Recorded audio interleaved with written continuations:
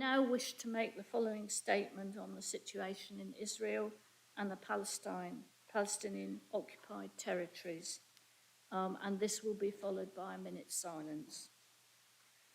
On behalf of the City Council and residents of Cambridge, I would like to express the city's collective condolences, support and solidarity to everyone that has suffered and is suffering in Israel and the Palestinian occupied territories. This is a horrible situation, and we are appalled by all and any acts of violence. Any loss of civilian life is unbearable and unacceptable. We recognise that different communities have suffered loss, and we call for a cessation of violence, for international diplomacy and for peace. All communities in the Middle East are entitled to have their human rights respected. We must also respect the needs of all communities to grieve the devastating loss of family members and friends on their own terms.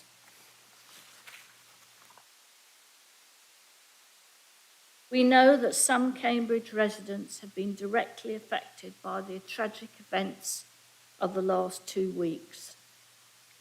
The City Council and ourselves as members have a duty to support and facilitate community cohesion and promote good relations between the different faiths and cultures that live and worship side by side peacefully in Cambridge. We take this responsibility seriously and care about it deeply. We must all play our part to help heal the tragic wounds caused thousands of miles away in Israel, in Gaza, and in the West Bank. As chair of this council and mayor of the City of Cambridge, I call on all communities in Cambridge to continue to respect each other's right to express themselves peacefully within the law, and to be able to go about their daily lives without fear of threats, reprisal, or intimidation. I would like to remind you all that Cambridge is a city of sanctuary. We are a proudly diverse city, and we have a tradition of welcoming asylum seekers and refugees, and for upholding and respecting the human rights and dignity of all peoples. On the 24th of October, many communities and nations will mark United Nations Day. It is a day of reflection and a day of aspiration for the world we want to become. Above all, United Nations Day is rooted in a spirit of determination to heal divisions, repair relations, and build peace. As a council, we recognise that it is the responsibility of all nations and governmental bodies at all levels, including local government, business and civil society, to help build that world of peace, of sustainable development and human rights for all. We call on the United Nations Secretary General, Antonio Guterres, to use his good offices to support a peaceful resolution of this conflict, to ensure that humanitarian and international aid can safely reach the people of Gaza, the return of hostages, and to continue to support a two-state solution.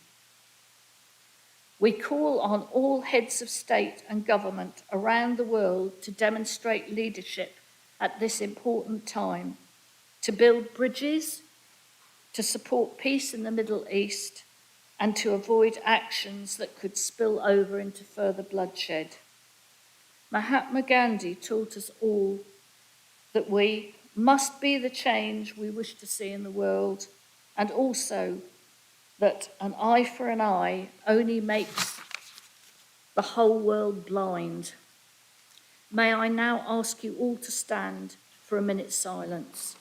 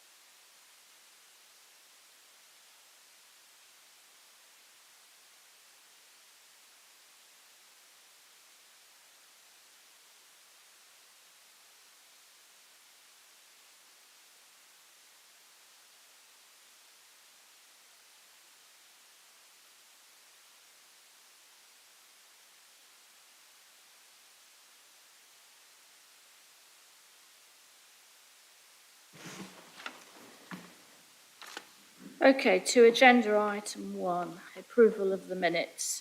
Can I approve the minutes of the council meeting held on July the 20th of July 2023, which can be found on pages 13 to 55 of your agenda? So I'll take that as read. Thank you. On to agenda item 2, Mayor's announcements. So I've received apologies from Councillors Bird, Healy, Pound.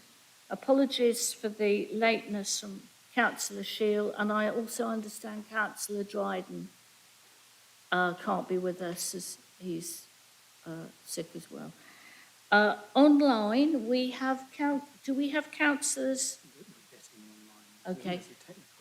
We have we will have online councillors Anna Smith and Mike Todd Jones, who can participate but cannot vote. So when we've sorted out the technical issues, they'll be online. So on to further announcements. Well, I better just check. We hadn't received no more apologies. Everybody else is here, I take it. Yep, okay. So Remembrance Sunday, well, actually, before I start, I just want to introduce my chaplain who's here with us, Reverend Dave Marr from the Church of the Good Shepherd. Remembrance service. Members are reminded that the Remembrance Sunday civic service will take place on Sunday the 12th of November, and anyone wishing to attend a Great St Mary's Church is asked to let Gary Clift know by the 27th of October, please. The Deputy Mayor, Councillor Fatala Varki, will be leading the civic procession to the church. I shall be laying a wreath on behalf of the city at the War Memorial, and anyone wishing to join me there is very welcome to do so by arriving at the memorial for 10:30 a.m, and that's 10:30 a.m. sharp, please.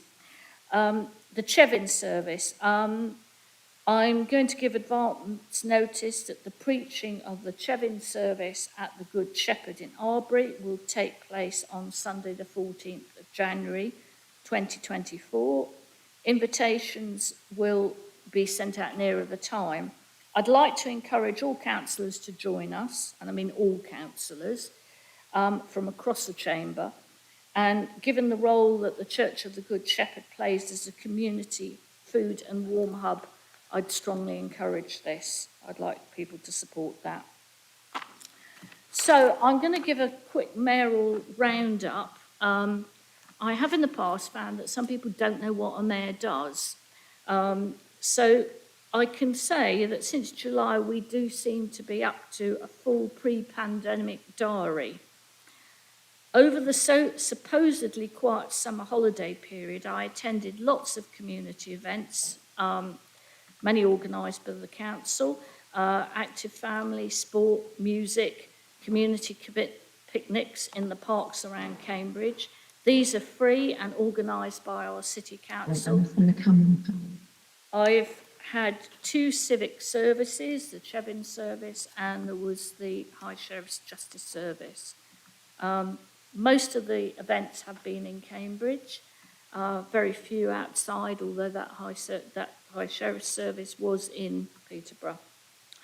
I've met many community groups and been to their events over the summer and early autumn, including those organised by our Chinese residents, the Mid-Autumn Festival football competition for all ages, Zuzimo anniversary art evening, and the classical Chinese concert. I've also been to an Igbo Yam festival and a festival of women's voices, Black Women's Voice, as part of the Black History Month, where I met the former deputy head of the International Criminal Court. I should have done my homework first, but a very interesting woman and a very interesting evening. I've also been part of the dedication of the new Meadows Community Centre and the plaque to my late husband, Nigel Gawthorpe. And that was a fun day. A highlight has been taking part in the Parkinson's UK flash mob in Cambridge. The videos are online. And I was wearing the chain. And on the same day, the Big 25 Red Hen Run or Walk event.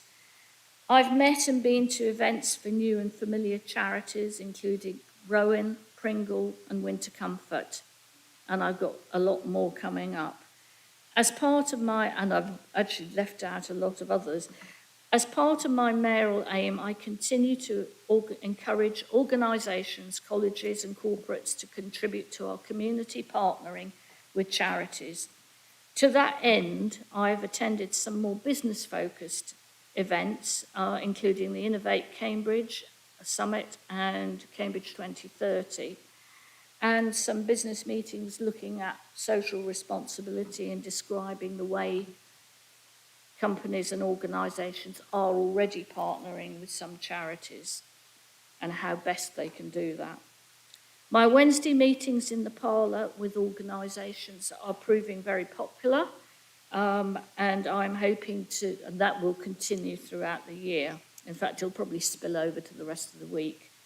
I've given 3 talks on what the Mayor does to local groups and to our visitors from our twin city, Heidelberg, and have 3 more lined up.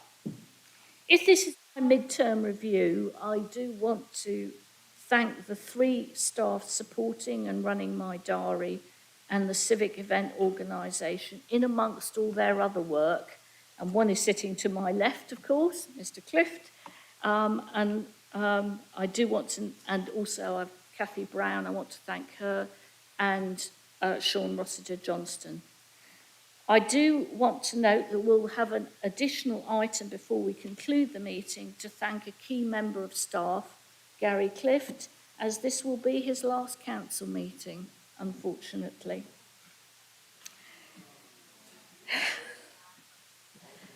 No, we'll do that at the end. We'll do that at the end, I think.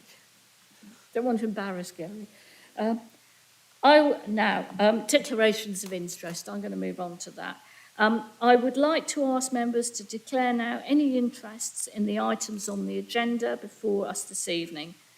Members are reminded that they can declare interests at any time during the meeting if anything occurs to them during the debates tonight. Could I ask all members, and I'll keep on asking this, to be as concise as possible with their contributions and to show respect to their fellow members in all debates. So thank you. During this meeting, I will ring the bell when the person speaking has half a minute left, and then again when the time has elapsed. So, we now turn to public question time, which will run for 30 minutes maximum. Under the scheme allowing members of the public to speak at council meetings, each speaker must address their comments to the chair of the relevant committee or the relevant member of the executive. Each question or statement must be limited to 3 minutes, with a further 2 minutes for a supplementary question or comment on something that has been said. If you have a supplementary, you will receive a written response. The members of the public and their questions are set out in the information pack from page 5. Now, I understand that Mr. Carpin is not able to attend, so Gary Clift, you'll be reading his question. Thank you.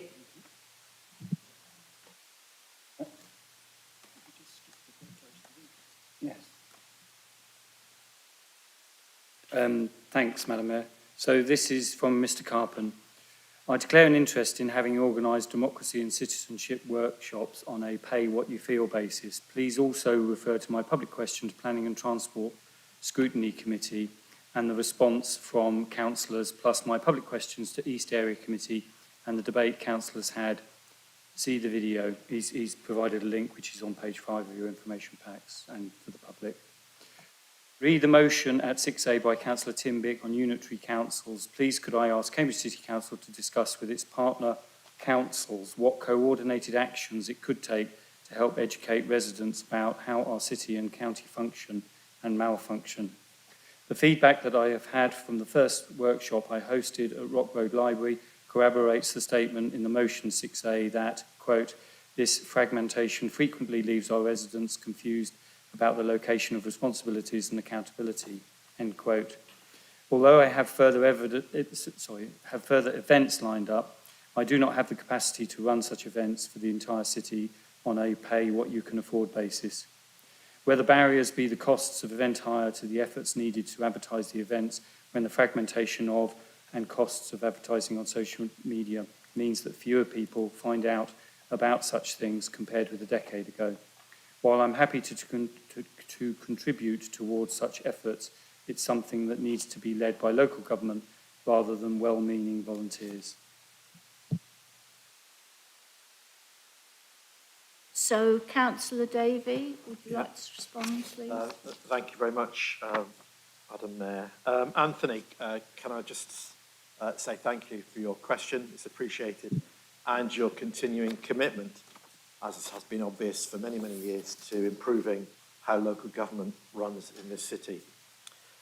You will see, as you refer to both Councillor Bick's motion and Councillor Tong's motion, that there is to be a discussion and debate on the future of local government in this city later on this evening. And I hope you will have spotted from my amendment, although it's too early for your public question, that I would agree with your statement that the fragmentation frequently leaves our residents confused about the location of responsibilities and accountability for local government and local services within the city. Without wishing to prejudge the outcome of either motion 6A or 6D, or indeed what I say in my amendment to 6D, future decisions of local government will be and should be for the benefit of the local population and our residents. And it's important to stress that I believe that local residents and the local population should be involved in these debates. As public servants, we serve you. So it would be my hope and expectation that if the amendment is agreed with, or indeed even if Councillor Bick's motion is agreed with, that there should be a further discussion on how we serve you and how local government reflects your needs, and that should be the responsibility of local government, i.e. the City Council, to ensure that debate takes place involving local residents. Thank you very much, Madam Mayor. Thank you. I understand there's no supplementary question, so thank you for that. We now move to agenda item 4, recommendations of committees for adoption. So these are the recommendations of the Civic Affairs Committee from the 18th of October 2023 meeting. The officer report is contained on page 7 of the information pack, and the recommendations are contained on a separate piece of paper on the members' seats. So I'll now turn to the debate. So is there any debate? So I have Councillor Davey. No. Councillor Puro. Would you like to speak? Thank you very much. Sorry, I wasn't sure if anyone was going to introduce it or not. So I just wanted to talk about the vote which we've requested to take in part on the Civic Affairs recommendations, purely regarding the area committees, Madam Mayor. So I wanted to speak on behalf of our group about why we cannot at the moment support the recommendation to pause area committees. I think all of us agree that these can definitely be improved, changed and redesigned, and we're not disagreeing with that, and could better reflect ward-based voices. But it hasn't happened yet. But despite this, you appear to be supporting cutting them off mid-municipal year. I'm afraid I don't really understand this. This is the only opportunity we have at the moment for city and county councillors to present themselves to residents of our wards and to take questions on ward-based issues. There is no other forum to do this anywhere in the city at the moment. The ruling group and the Greens, despite often talking about how important resident voices are, seem happy just to give up on this and have months and months of nothing, 7 months potentially or more. No place for our residents to raise ward-based issues, no place to pick up on issues that cut across county and city. And as we see, as Councillor Davey has already referred to, Residents do find it a little confusing with our structure at the moment, and these area committees at the moment are the only place residents can put questions to both county and city. It helps bridge that divide. As you may know, I chair West Central Area Committee, but obviously it's previously been chaired by Councillor Gilderdale and a variety of councillors from different parties.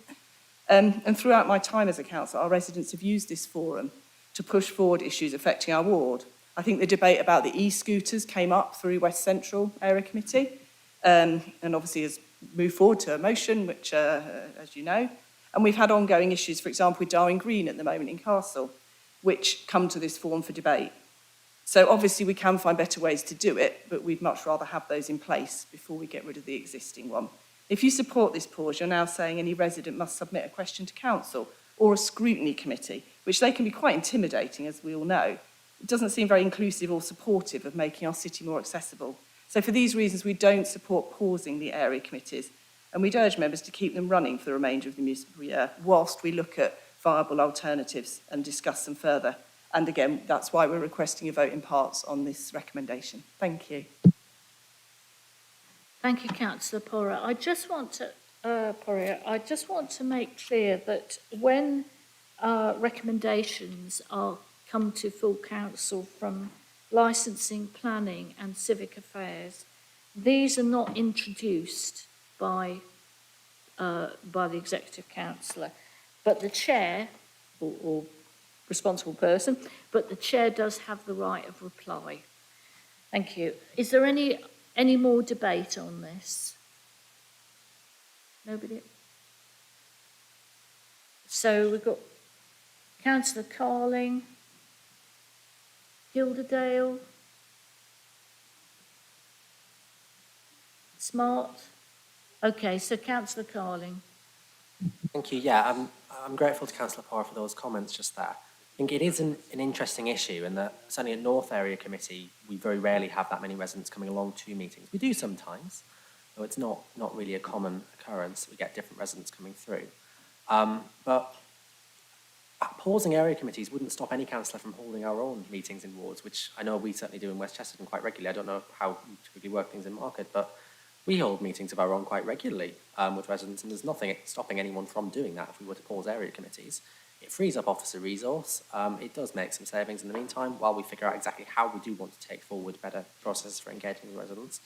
But I don't think it's necessarily right to say that it forces residents to submit questions to council and such like, because we can all be emailed and contacted as well as individuals, which often is sort of enough to deal with concerns. A lot of things that come to area committees could also have been an email.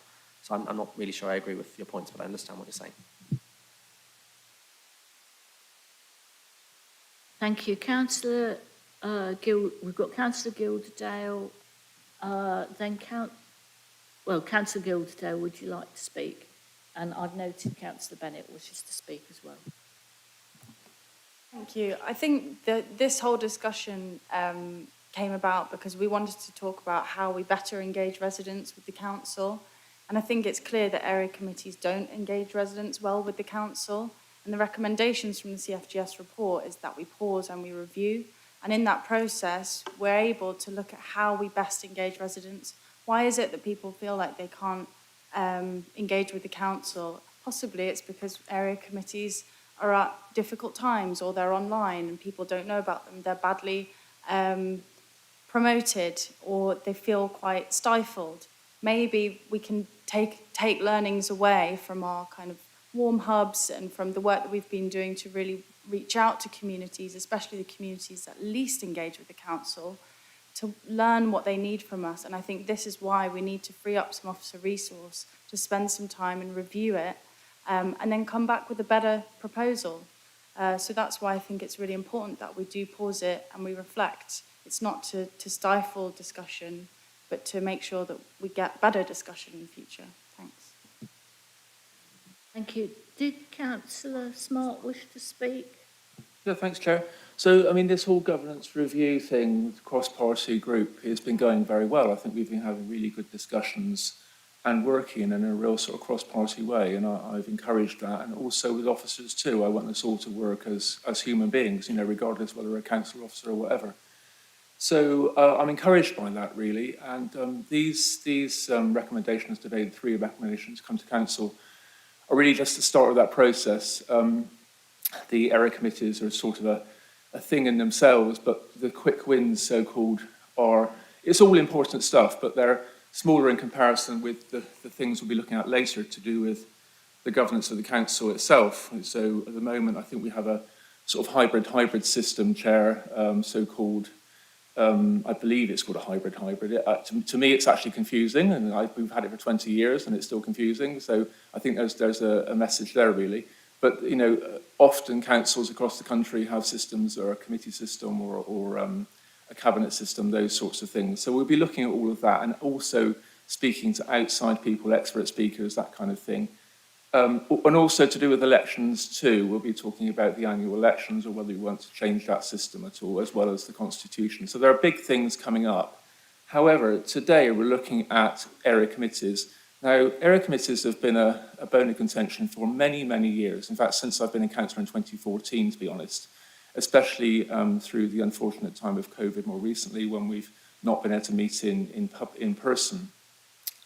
However, throughout all of that, they've not achieved their purpose. We are not achieving best value for residents. The CFGS report, the Centre for Governance and Scrutiny, recommended, after a long, a big look at this whole thing, that really we needed to pause and review them. And after some debate in the cross-party group, that was really the conclusion we came to. And this suggestion that we don't pause them has come as something of a surprise more latterly. But there we are. So the thing is, we're doing a bit of both, actually. We're not stopping them. We're pausing them. We're not saying we're stopping, and we're not pausing them immediately. We're pausing them in about 2 months' time, so November, December, after the next round of the meetings. And then for the next 2 meetings following that in the areas concerned, we'll be looking at a review of what they do and what we want them to do in the future, and then bringing them back at a future date in a new guise, no doubt. So I can understand the argument for not wanting to pause or stop or in any way curtail them until there's a new system in place. But there's practical aspects to all of this. We are limited in our resources. The government has cut our funding. We have to make do with what we've got. And the Democratic Services officers only have so much resource to be able to supply to operate the council. So, for example, officers have to come into the council, the Guildhall, of an evening to stream these meetings, and that is a heavy load on resource. If we can pause that and use that officer resource to review what we do, that is a win. So there are all sorts of logistical... I need to stop, do I? But yeah, I could speak for a while. I have let you, I didn't give you the... Very kind, Chair, thank you. So I've allowed you 3 minutes 20, and we now move to Councillor Bennett, and then I think Councillor Davey. Thank you. Thank you. I will be very brief. I want to say that, like Councillor Smart, I have found the governance group meetings open, constructive, and they've moved much faster than I feared that they might. On the suggestion by my Liberal Democrat friend that the Greens don't care about democracy, we have an awful lot of resident engagement in Abbey. I have been to 7 resident association meetings since May. Last December, we had organised a joint Police and Crime Commissioners visit with Councillor Alex Boulat, our Labour County ward mate. We meet regularly as a ward, and we also have a very active ward Facebook group, as well as the benefit of having the Abbey Hub in the centre of the ward. We were disappointed with the attendance at Police and Crime Commissioners' visit. We only got 30 people in person and 300 views online. That was a disappointing result, but compare that to the area committee attendance, and I think you can see why I feel that they should be paused. Thank you. Thank you, Councillor Bennett. Councillor Davey. Yeah, thank you very much, Madam Mayor. I can't help but feel this might be a bit of an advance warning of what might be in the Cambridge Independent next week from the Liberal Democrats. Could be wrong, but that's the thing. When you actually have a report from the CFGS advocating a particular course of action, I tend to believe it's best to follow what the experts say. And in this particular instance, they suggested, I think the pause should be for a year, and that therefore, when that comes back and we try to work with the opposition to find a way forward, to offer 6 months is probably a good thing. It shows compromise. It also demonstrates our commitment to trying to find a way of better working with local communities, because whilst I think the ideas of area committees have always been well worthy, the actual reality, sadly, is it doesn't work. And certainly my reflections on time at East Area Committee tends to be the same 1 or 2 people who come, and that is not a good way of engaging with the public. I then echo what Councillor Smart just said. The cost and time responsibilities there for our council officers running 4 area committees for another 2 times prior to the review doesn't seem to me to make good sense. Now, that's not to say we're against having proper advocacy with people from the public. It's about how we do it effectively, and the pause seems to be an obvious route to take. Thank you, Madam Mayor. Thank you. Is there any... Nobody... Oh, Councillor Ashton. Thank you, Madam Mayor. I'd just like to say we were told the world would end when we took the planning from area committees, and I think it's proved successful now because the residents can come along and have a proper informed debate with technology showing all the plans instead of blue tack sticking up on a wall in some building that was poorly lit. So we do want engagement with the residents. This is an ideal opportunity now to bring our thoughts together and how best we do that. And I'm sure everybody on each side of the chamber wants to see the residents more engaged. And as we've pointed out, the wards can work with local residents. I'm hosting an antisocial behaviour one in Cherryington in a few weeks' time as well. So again, there's no reason why wards can't carry on doing stuff. And area committees at the moment don't have any voting powers whatsoever. So we can't take any action because we can't vote on anything. So this is the right way to go. Let's have a time to think, work out the best way of engaging with our residents. So like I say, let's hope we can all vote for this now. Thank you, Councillor Ashton. Councillor Swift. Yeah, I think that the area committee meetings, have been superseded by single issue meetings within each ward. For example, in West Chesterton, we regularly have meetings in the local library, Nottingham Road Library. They have 50, 60 people coming. The area committees, you get about 1 or 2 people coming. So I think that we have moved on from this. Thank you. Thank you. If we have no more speakers, I will go to Councillor McPherson. Oh. Jane. Thank you, Madam Mayor. Yes, I think area committee is a good opportunity to communicate all the local residents, and they can come and they can meet with our councillor and they can express their view, and we can help them this way. I think it will be helpful to keep it as it is. Thank you.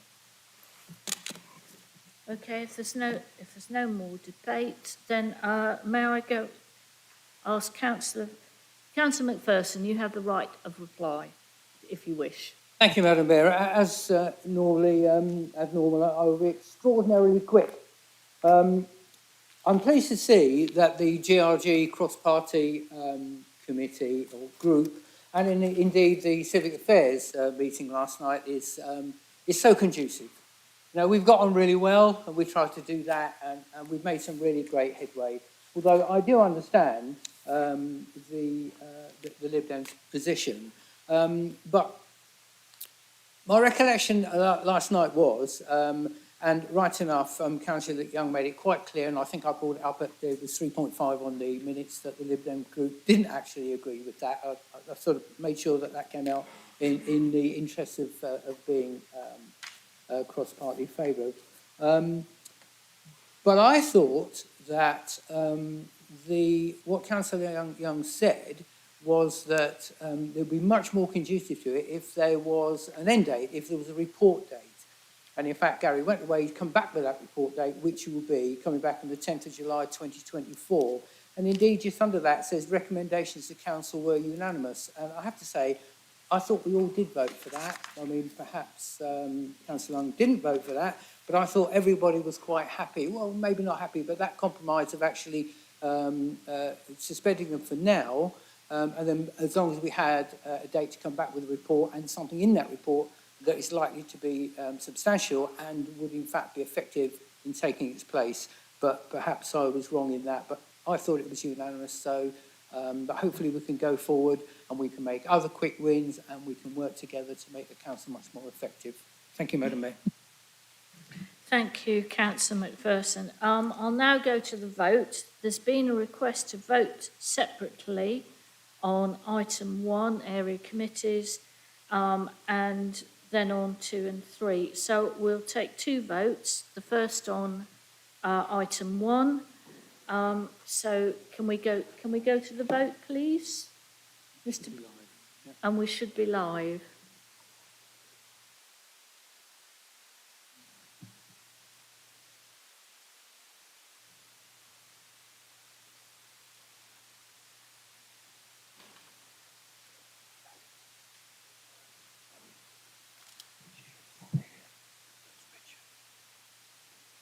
Councillor Robertson? Yes, he's done it.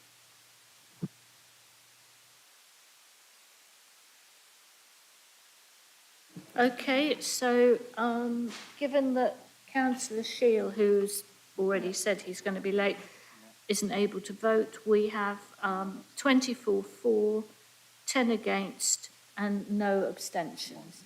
Oh, one abstention. Oh, it's not. Oh, no. No abstentions. Sorry, apologies. So that motion, that note is carried. We move now on to 2 and 3. So the budget and, I can't read my writing. Public question time. So items 2 and 3, we'll take that together. So as soon as we can get the voting open, Mr. Producer.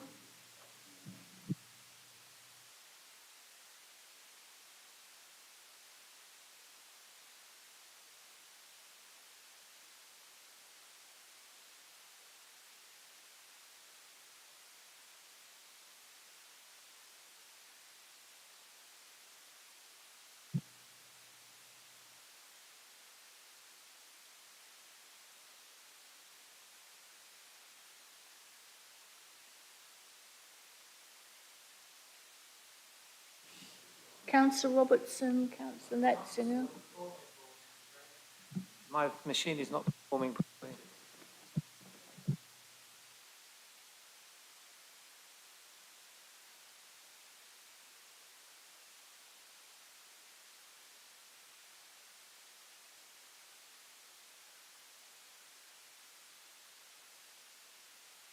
Okay, thank you, everybody. So the motion, the recommendation is passed by 34, none against and no abstentions. Thank you. So we can now move to agenda item 5, oral questions, which starts on page 31 of your information pack. This item will last a maximum of 30 minutes. The Executive Councillor, Chair, nominee will have up to 2 minutes to reply.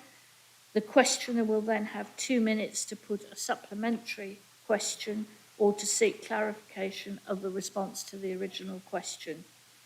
The Executive Councillor, Chair or nominee will have a further 2 minutes to reply to the supplementary question. At the conclusion of the usual 30 minutes, those questions that have not been answered, those questions that have not been answered, or those that have not answered, may provide a written response to the member who put the first question. And Councillor Robertson, I think you have the first question. Thank you. Thank you. Thank you very much for this question. I'm going to respond this evening on behalf of Jerry, who is unwell and unable to attend this evening's meeting. This is clearly a really important issue, something that has come to the Chamber multiple times. Estimates are that around 31% of Cambridge households are living in the private rented sector. Between 2011 and 2021, that actually increased by 26%. In addition, we've spoken a lot about houses in multiple occupation that have also increased a lot over the last few years. The council is doing proactive work to identify them and licence them. However, anyone who is private rented in the city, I'm sure will be aware, or in any city, will be aware of all of the difficulties that private renters face. Particularly in Cambridge, we have a high demand and a shortage of supply, which is reflected by very high rent levels. Rents in Cambridge for most sizes of homes are higher than any other authority in the east of England and some of the highest in the country. So following work with councillors, students and local organisations over the past few months, officers and councillors have brought together the first private sector housing tenant forum, which is taking place in the community room at the Cambridge Fire Station between 2 and 4 o'clock this Saturday, the 21st of October, 21st of October. This is a really fantastic chance for any resident to come along and learn about their rights as a private renter and ask questions of officers. The council officers will be there to give a welcome to attendees, but there will also be a chance for anyone who's attending to ask questions, get advice from council colleagues, as well as other organisations such as the Fire and Rescue Service and other officers. These will cover things like how to report a concern, how to seek support in relation to safety, suitability, sustainability of your homes and your tenancies. At the moment, I'm afraid you've had your 2 minutes, Councillor Gilderdale. Can I have a supplementary? Supplementary, yes. I was just about to say, do you have a supplementary question? I do. Thank you. It is a great pity that the government's reform of the private rent tenancies in particular has been deferred yet again. This is the fourth or fifth time since 2019 that we were promised changes without that coming into place.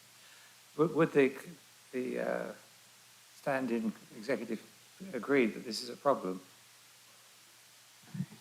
I think it's a real shame that this has been pushed down the agenda year on year. This really impacts people who are private renting. The suitability of homes and the ways in which that private renters are treated by landlords who abuse their powers are completely unacceptable. I think it's really important that the government takes this issue, takes it on, and our officers are working to kind of push this on the agenda, but unfortunately it's very clear that this is not going to come to the government, at least in the next year. It's a real shame, but it means that we need to strengthen our efforts and increase our efforts to make sure that residents and people who are private renting in the city know their rights. Something that we have also raised is that we share a lot of this information in multiple languages to make sure that anyone who doesn't have English as their first language is able to access this information as well. So this is a really good first step, and the first meeting on Saturday is going to be a good chance for us to also learn from private renters in the city about what they want us to do for them and how we can help them better in future. So this is a fantastic first step, and I really hope people can join, and if not, then please do share it with your residents. I think it'll be a fantastic afternoon. Thank you. Thank you, Councillor Gilderdale. Councillor Tatali Walkie. Question number 2. Thank you. 1st of October marked the start of the full higher risk building regime with new requirements under the Building Safety Act 2022.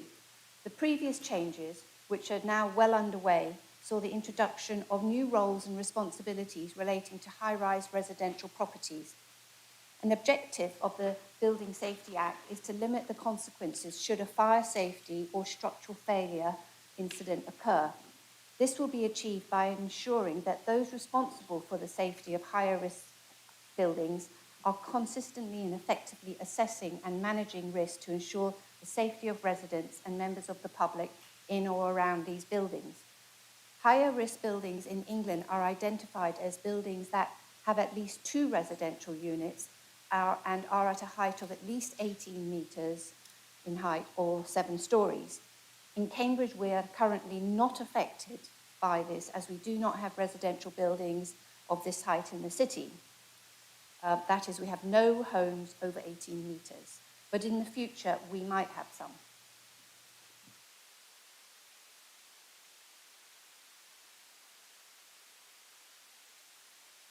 Thank you. Do you have a supplementary question? Yes, I do. The question is, it is clear in the Act, the purpose and aim to ensure the safety of the occupants. Learning from the recent disaster, which highlighted severe shortcomings in the building safety standards, what is your view about the existing building safety? Are there any reason for any concerns at all? Thank you. Okay, so this has come about as a result of the dreadful Grenfell Tower disaster. And as I said, at the moment, we don't have buildings of that height in the city, but we have our building control services, 3CBC, and they might be involved in existing buildings of this somewhere because they do a lot of work outside of the city. So in the future, if we did have homes over this height, building control would need approval covered under the Act. So before commencing any buildings of this height, developers would need to submit design applications to the Building Safety Regulator, which is a new position, for approval. The applications need to evidence the design of the building will meet building regs, manage change control, and assist duty holders in meeting legal requirements under competence and in relation to a golden thread of information. So you need to be able to track how information regarding a building changes as the building is built and in use. So until that application was approved by the regulator, the works would not be able to start. And the Building Safety Regulator might require changes to the design before approval. But once approved, there are a number of continuing obligations that must be met. Site inspections at milestone dates throughout the course of the works. And we know from places like Darwin Green that information would be really valuable when you're looking back and trying to identify why certain building defects has occurred. Thank you. Thank you. Councillor McPherson? Question 3, Madam Mayor. Thank you very much for the question. It's great to have the opportunity to talk about some of the really positive work that is coming out of the Greater Cambridge Chalk Stream project. The Council was very pleased to secure combined authority funding for this project following an initial chalk stream audit that we ran. Since that audit, our knowledge of Cambridge's chalk streams and the considerable pressures that they face has increased significantly. And in March 2023, we appointed an experienced project officer who was engaged with a wide range of stakeholders, including the Environment Agency, water companies, community groups and landowners, to help shape and steer a programme of deliverable projects in both South Cambridgeshire and the city. We're using an evidence-based approach to ensure the project is a long-term success. This holistic approach has been met with lots of support from stakeholders, and we're attracting considerable match funding and volunteering effort offerings where we meet partners' specific drivers and ambitions. Many of the pressures facing our chalk streams are whole catchment-based, requiring landscape-scale interventions, and for that reason, we've selected a suite of demonstration projects that will provide case studies tackling the key issues of water shortage, water quality, invasive species and barriers to fish passage, as well as more traditional in-channel and riverbank habitat enhancements. We're also working directly with local residents and community groups. In addition to our own identified projects, we're planning technical support, funding advice and a small grants budget to help existing and new groups to deliver local enhancements to their chalk streams. Details on how to apply for that support will be shared in the coming spring. I'm confident that this project has the potential to be a catalyst for further investment, improved landowners and community engagement, and help with research and ongoing monitoring of our precious chalk streams. Thank you. Councillor... Oh, yes, sorry. Do you have a supplementary? And there's me thinking you've forgotten about me already. Yeah, I do have one there.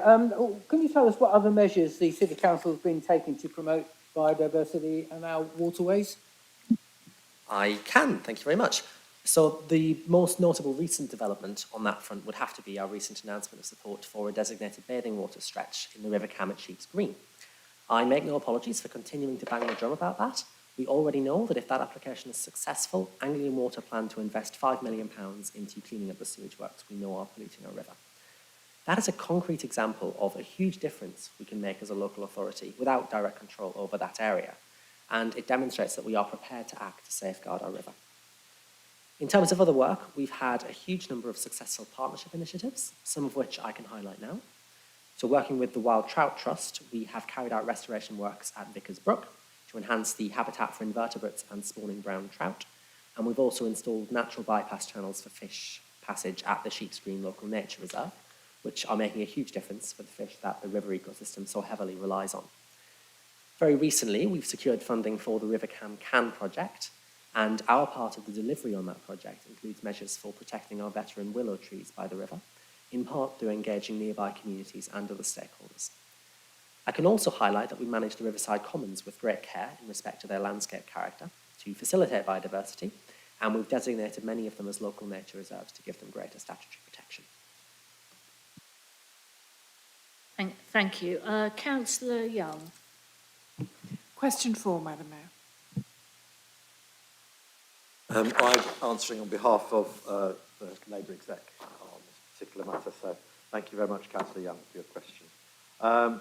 Warm spaces were indeed a great addition last year. Probably the most important thing about them was that they invited people in and provided a space for communities to connect, for people to get to know their neighbours and prevent not only the cold, but also tackling loneliness and isolation. The council's community centres provide warm and welcoming spaces all year round, and there is a wide and varied programme of free activities to engage in, stay warm in, and to help residents stay connected with their communities. Our centres continue to host community meals and events such as breakfasts, holiday lunches, and pop-up kitchens. The council is not only a provider of warm spaces, we also have facilitated a wonderful network of community living rooms and community meals throughout the city, provided in a variety of ways: football clubs, church halls, and other local settings such as libraries. Officers are currently, therefore, in response to your specific question, in discussion with local charities and groups to ascertain how we can best support them in this winter to ensure this offer continues. Thank you, Madam Mayor. Councillor Young, do you have a supplementary question? Yes, Madam Mayor. Just very quickly, could you give a sense of whether there's more this year or less than last year? And unfortunately, Councillor Young, I can't. As I say, the officers are currently in those discussions, but once those discussions have been completed, we will, of course, let you and everybody else in the council. Thank you. Councillor Hussain. Question number 5, please. Me again, I'm afraid, Madam Mayor. Can I start off by apologising, Councillor Hussain, for not having got back to you so on time after the last council meeting. I'd like to, if possible, give you a written response in due course because this is more complicated than you can probably imagine. But if I can leave Vinery Road alone to one side at this moment in time, having contacted the County Council and the GCP, I understand that the reason for these proposals went through the Highways Committee in November 2021, when 6 Conservatives, 3 Labour, 5 Liberal Democrats and 1 Independent all voted unanimously in favour of the proposals that you inquire about. They were introduced as a way to support active travel through the pandemic, and that followed consultation whereby there was over 1,200 people who responded generally and over 300 who responded specifically to Newtown. So the response at the time was positive. The feedback once they were implemented was positive and in touch with the evidence that we believe, and therefore as a result, the proposals were then made permanent. We believe, and I understand from the County Council and GCP, that this offered residents huge benefits: lower traffic and alternatives to car use, thereby reducing pollution and increasing safety. With regards to Vinery Road, the proposals are going to the County Council in December, and so again we will see then whether or not they believe those proposals should be made permanent, and we'll find out in due course, but clearly I'm unable to comment on that today. Thank you. Councillor Hussain, do you have a supplementary question? Yes, madam. We have already 11 road is closed at the moment, and our leader responds only 1 road. So what about the other road? He found out last 3-month investigation. So last time he said he will need to investigate to find out, like Storage Way, one of the biggest road, and it is the bigger than Huntington Road, wider than Huntington Road and Madingley Road, but taxpayer cannot use this road. And similar way, Nightingale Avenue is the wider than Queen Edith Way and Babraham Road, but the taxpayer cannot use the road for public safety. But we don't see any evidence there, any people die for road accident or air pollution. So how we cannot reverse all the road closure and make this less traffic in Cambridge and reduce our pollution. Thank you, Madam. Madam Mayor, sorry, can I ask if the councillor has declared an interest in relation to this matter? Perhaps he should do? He hasn't. Councillor Hussain, do you have an interest in this matter? No, he is interested not in my personal interest for all the Cambridge city people. Thank you. And it's not related to your employment or No. occupation? It's for everyone. If I can respond, Madam Mayor, with regards to the other road closures that you referred to, Councillor Hussain, I can only ask that you might want to talk to your colleagues in the Conservative Party who are county councillors, because they will be able to answer why they agreed it in the first place. So it's not really a city council matter, it's a county council matter, and then why not only they agreed to the interim measures, but then the permanent measures. As I said, with regards to Vinery Road, that decision is yet to be made. And again, I would urge you to talk to your county council councillors as to whether or not that should go ahead or not, rather than me, because I do not have that decision-making power. Thank you very much. Councillor Wade. Thank you, Mayor. Question 6, please. Thank you for the question.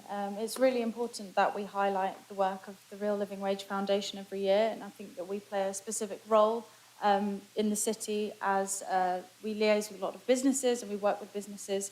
So it's really important that we do raise the profile of the Real Living Wage and the work that they do every year. Luckily this year, same as last year, the Real Living Wage Foundation is actually announcing the new rates earlier.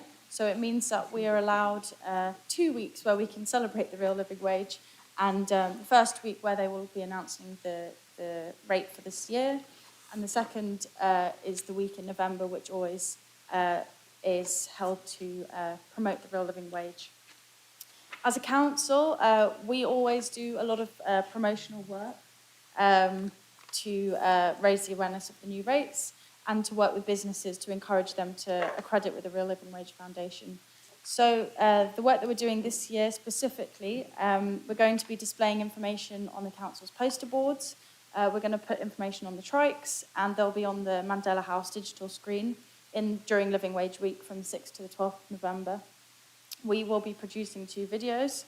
Forrest and I were lucky enough to be out on King's Parade earlier this week talking about the real living wage. So one will be about the announcement of the new rates, and one will be to mark Real Living Wage Week and encouraging other organisations to pay it and accredit with the Real Living Wage Foundation. And I think the accreditation is actually the really important bit. Is that... Got another... Thank you, sorry. The accreditation is something that we really want to push. While many companies in the city will be paying the Real Living Wage already, it's the accreditation that actually means that they're committed to paying it in the long term, and also means that anyone who is subcontracted or who is not directly employed by the company also is put on the Real Living Wage. We're also paying for an advertorial on Cambridge Live and in the Cambridge Independent website that will be there for at least 12 months. Thank you. Councillor Wade, do you have a supplementary question? Would the council like to finish her points? Thank you. Thank you. Just a couple of other things. We've also paid for an advert in the Cambridge Chambers of Commerce magazine for the end of November. We always add something to the Cambridge Bid newsletter that goes round to all of the businesses in the Bid district. And we're also looking into opportunities for interviews on the local radio during those weeks. Thank you very much. Councillor Griffin. Thank you, Mayor. Question number 7, please. Thank you very much for the question, Councillor Griffin. Running the Environmental Improvement Programme each year is a significant achievement for us as a council, and it has been subject to periodic reviews to improve flexibility, ensure good value, and help to speed up project delivery. A funding allocation was agreed in the budget setting report of 2021-22 to support the EIP for a further 2 years. We're constantly looking at how we can improve the programme, And in summer 2022, we brought in our new engagement platform, Citizen Lab, to improve engagement with our community. That was one output of that ongoing work. Project applications were invited across two areas. Firstly, local area-based EIP funding, which provides the 4 area committees with a capital budget in proportion to the size of their populations. Committees consider which projects in their area they recommend for funding, up to a project value of £5,000 or £10,000 if very strongly supported, and the total allocation to that across all committees is £100,000. Secondly, there is strategic EIP funding. That element of the programme is dedicated to priorities the Council has identified as being important across all areas of Cambridge. In 2022, those were making better use of roadside verges, enhancing the tree canopy, improving biodiversity, benches, and providing free public water drinking points. Total allocation for that section is £70,000. Prior to this year's round, a further review of the programme was undertaken between officers and myself. Consideration was given to the 2 funding areas that we have, and that in the 2022 round, there was often little difference in practice between local area and strategic project applications. So to solve that, it was determined to continue with the 2 separate funding areas, but to align strategic projects more closely with enhancing the city's green amenity spaces and the Council's increasing focus on biodiversity, plus addressing the climate crisis at a local level. Thank you. Councillor Griffin, do you have a supplementary question?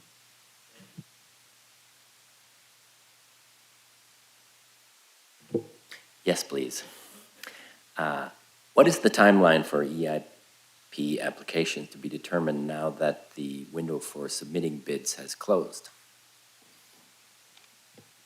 Thank you. So the window for bids opened on the 28th of June and closed on the 17th of August. And then between the 21st of August and the 28th of September, residents were able to engage in discussions on our Citizen Lab platform through commenting on applications, as well as expressing support through leaving likes on them. 648 people have taken part in that engagement, which I think is an incredibly positive indication that we're moving in the right direction with respect to engaging people in our work as a council. Officers have been analysing the ideas submitted since the window for submissions closed in order to study the feasibility of them all and make cost-benefit analyses. That process is continuing now, and reports with the results of those analyses will be submitted to the next round of area committees with officer recommendations on the ideas to approve. The report submitted will have the results of officer cost-benefit and deliverability analysis, alongside a summary of the public support each project garnered in the Citizen Lab consultation. Area committees will be able to discuss and express views on the applications in their area and come to a final view on which projects they would like to approve. They cannot make that decision formally, however, as they're meeting online. I will then make the final decision on which applications will be approved, taking into account the advice of the area committees. With respect to the strategic projects, again, the area committees will all express views on those, I'm sure, and then I will take those views into account when making the final decision quite early into the new year. Thank you.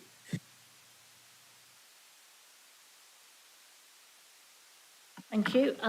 Councillor Houck. Takes us to number 8, please.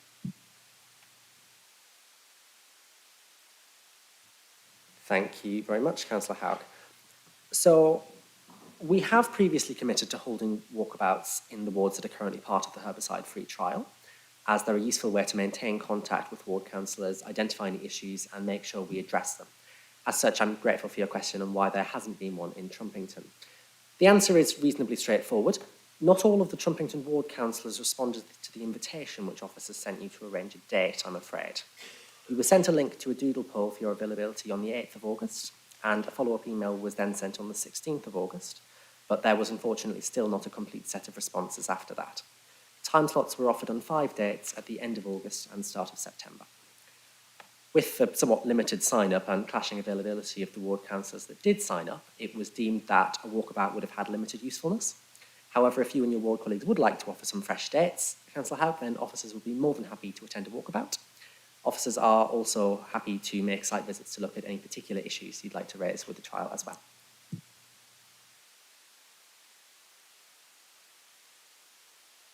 Thank you. Do you have a supplementary, Councillor Houck?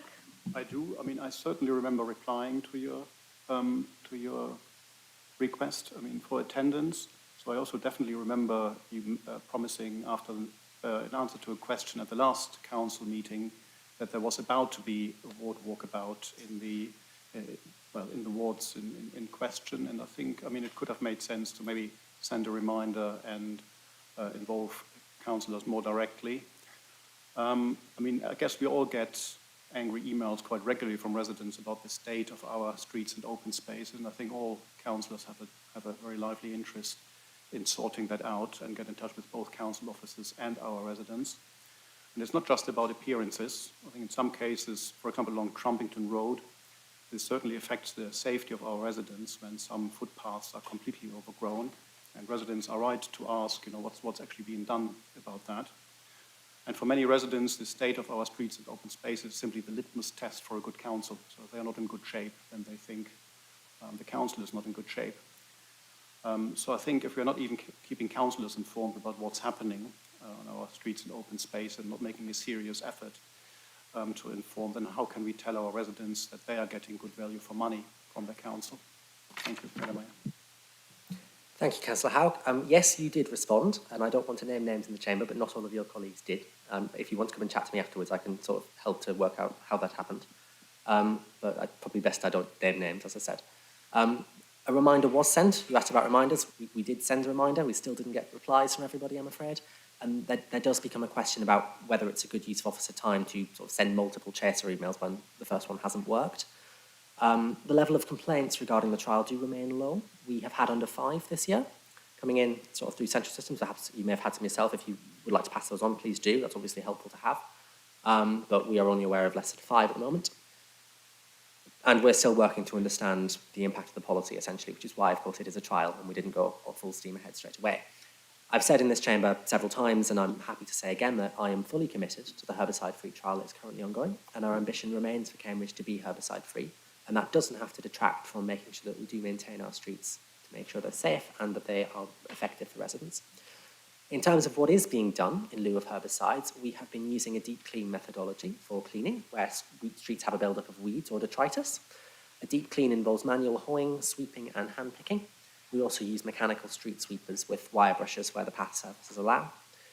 Streets and open spaces have also made a capital bid to invest in new equipment, and if that is approved, we will have additional street cleaning equipment from 2024-25 to support the herbicide-free ambitions of the council. Thank you. Right, we have now used up our 30 minutes for all questions. So I suggest... Do you wish to say something, Councillor Moore? Councillor Baton, you may have a chance at another council meeting. I am now going to go straight on to the motions. So on the motions for debate, the mover and seconder have up to 10 minutes each between them. Sorry, up to 10 minutes between them. And the proposer and seconder of an amendment have up to 10 minutes between them. The relevant executive councillor and the mover of the original motion have 3 minutes right of reply in that order. I understand that motion 6E will be withdrawn, but that I will allow Councillor Smith to make a short statement, and this is under the procedure rules number 13. So we turn to Councillor Bick to move motion 6A. Thank you, Madam Mayor.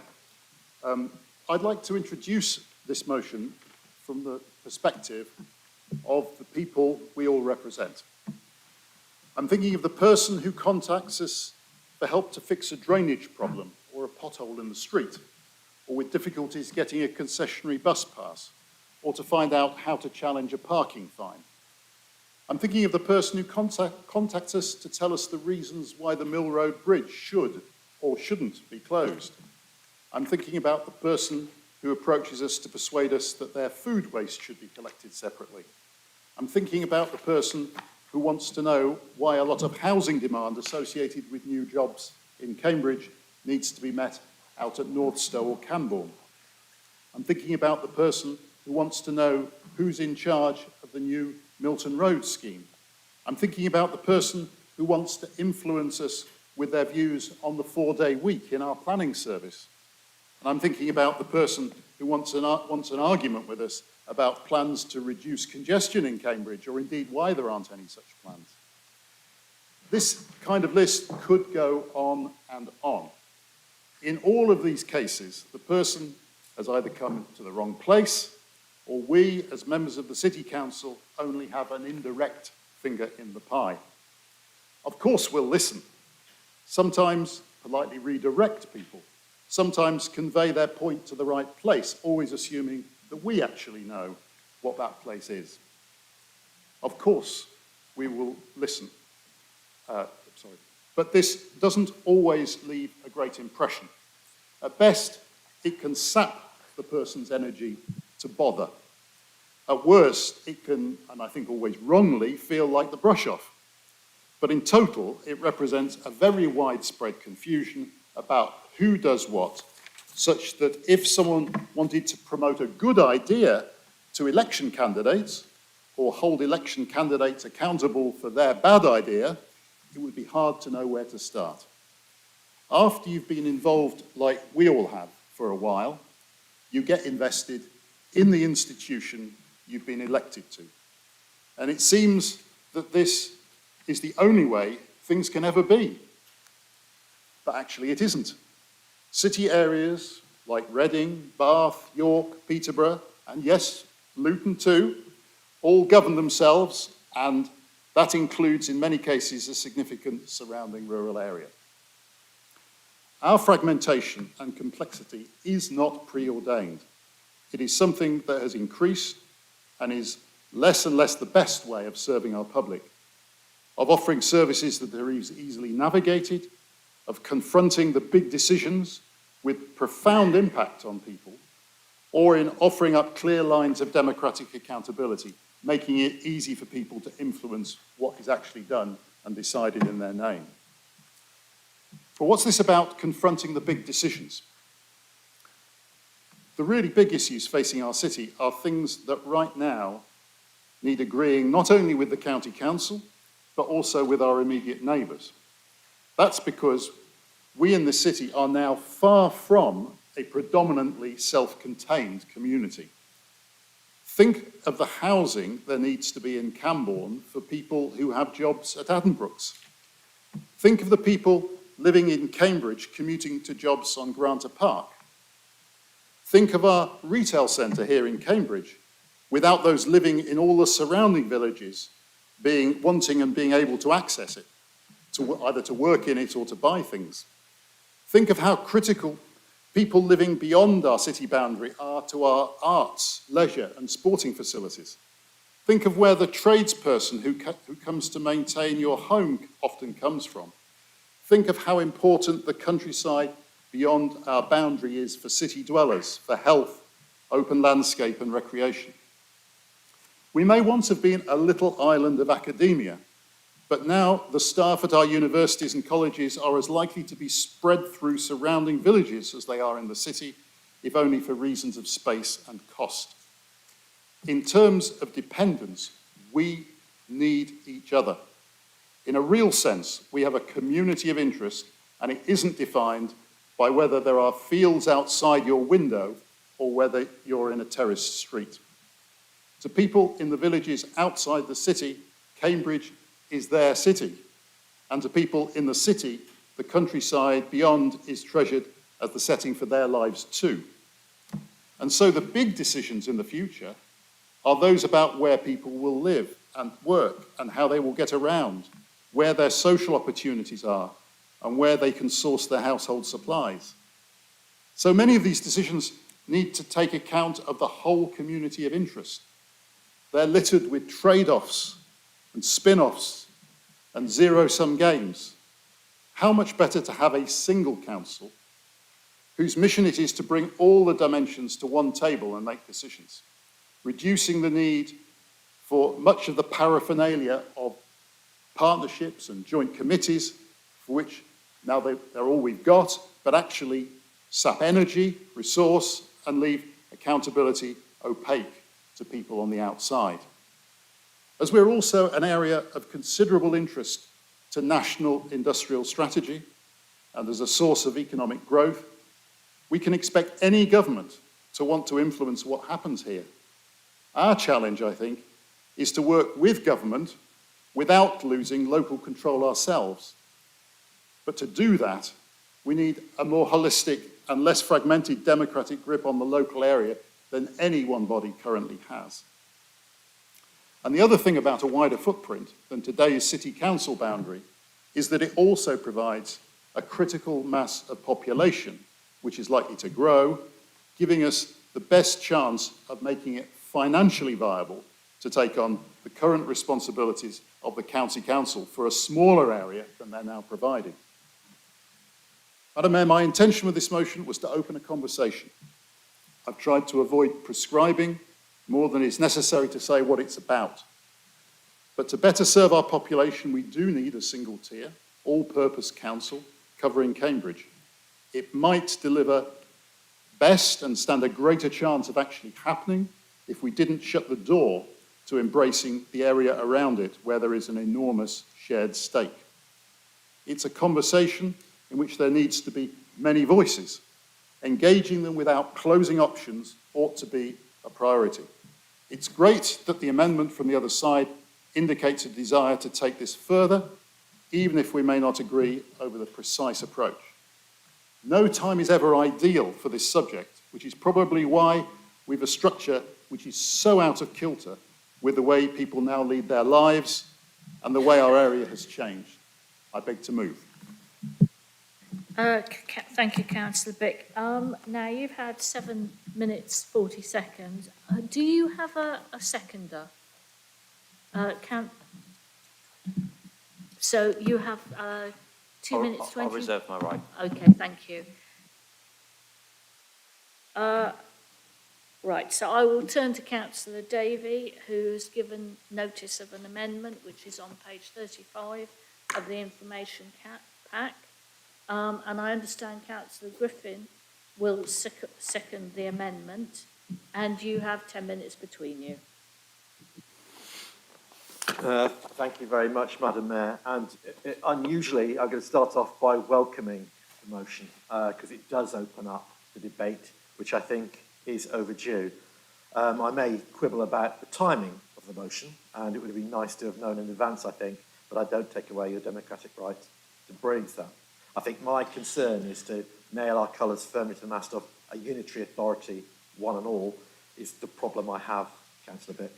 Having worked maybe a long time ago in both unitary authorities and in two-tier authorities, a unitary authority, I can assure you, is not the panacea to all problems. There's one or two points I would want to make. The renewed interest, public interest in how Cambridge is governed is right. And as said earlier, the fragmentation that frequently leaves many of our residents unsure and confused is clearly wrong. And to have 4 tiers of authority is clearly inappropriate. I think I'd like to discuss, I suppose in later times maybe, if the amendment is passed, about the geography. I think the geography is key to this, if I'm honest. Currently, it's my understanding that within a 5-mile radius of the station, the current population of Cambridge is somewhere in the region of 200,000 people. By 2030, it's likely to be somewhere in the region of 300,000, or somewhere in that vicinity. So therefore, it's clearly the mass is there. The question, therefore, is where does the boundary lie? I think within that, I'd also like to celebrate the work of our mayor. Dr. Johnson is doing an excellent job in trying to turn around how a combined authority works. And I think there's scope for how any authority might work within that needs to be explored. And you'll note from my amendment that I particularly make reference to how Manchester is governed, which seems to be, certainly from our book, a good model. I think I'd like to highlight the fact that I do believe an alternative model of local government could better connect our residents. But I wouldn't want to, as I said earlier on, nail my particular colours to one mast. The final thing I'd want to say by way of making this amendment is that I think part and parcel of the process has to be the engagement of the local city residents in the discussions that take place. So there has to be a proper debate that occurs with the residents to make sure that they get the kind of governance they want to, which again relates back to my answer to Anthony Carpen's comment earlier on, because we have to find an appropriate way that engages all. And that could be difficult and costly, but nonetheless is appropriate. I think there's also the final thing to say within this process is the stuff around Cambridge 2040 is clearly going to drive some discussion and debate around governance anyway. And I'd rather that was done publicly than privately. And I think, therefore, by taking forward the amended motion, it'll give Robert Pollock and I the authority to begin that debate effectively. As I said, my only caveat to this is that I do not believe a unitary is the only answer, and I therefore want the freedom to be able to explore other models. Thank you very much, Madam Mayor. Thank you. Councillor Griffin, you've got 6 minutes 35 left. Do you wish to speak now or reserve your right of reply? I'd like to speak now, thanks. Okay, thank you. I too would like to thank Councillor Bick for proposing this motion. It's a very timely one, I think, and it's an important issue that we should be addressing. I just want to highlight one really important point of our amendment, and let me just read it for you. Accordingly, Council asks the leader and the chief executive to initiate discussions with the other authorities in the region and then central government to identify options for a less fragmented and more cohesive model of government for Cambridge that best serves the needs of its residents. So I think that's sort of the gist of our amendment. Thank you. So Councillor Smith has indicated, Anna Smith has indicated she would like to speak. Thank you, Councillor Griffin, by the way.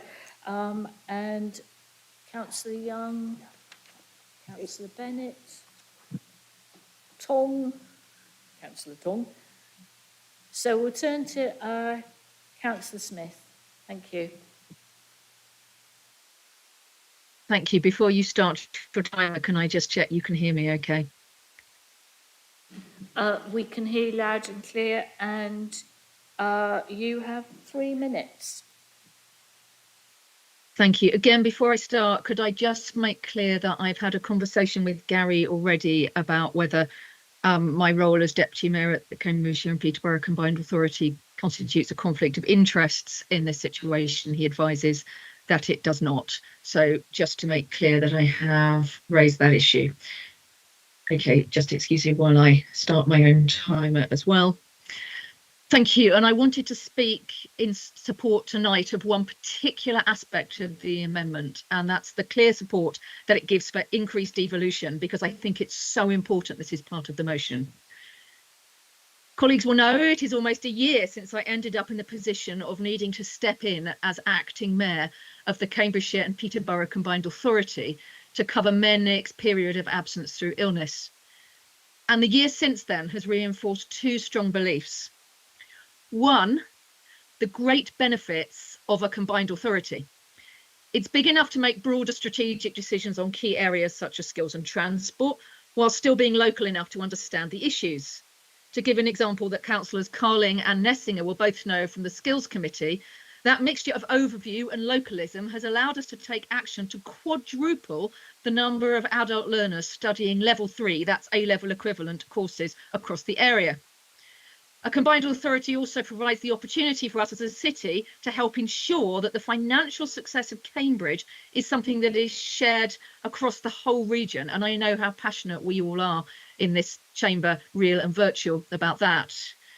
But secondly, it's given me a strong sense of the importance of greater devolution, supported by an end to ring-fenced funding pots where money is often given out via beauty contests between authorities up and down the land. Now, to give an example, as we all know, Mayor Nick is committed to radical reform of the buses, and I'm sure we all support his work on that. As it stands, the route to bus reform is made agonisingly slow by the system, and it comes without the high levels of government funding that would be ideal. greater devolution of powers and funds from the centre would allow a whole region, including Cambridge City, to reap the benefits of things like bus reform more quickly. Now, I should say, in terms of Cambridge's position as either a district or a unitary, I, like many, have yet to decide, and therefore I welcome the fact that our amendment leaves that decision open for debate. I do, however, believe that the existence of a combined authority at a regional level makes a discussion of what we do at district and county levels very timely. So I welcome the chance to discuss and debate this further over the coming months. Thank you. Thank you, Councillor Smith. I now turn to Councillor Young, and you have 3 minutes. Thank you, Madam Mayor. I'd like to start by apologising. I have an interest. I am a member of the Cambridgeshire Unitaries, CAMS Unitary Campaign, and I will be very brief and just say I'm delighted that everyone seems to agree that this needs to be discussed and something started. Thank you.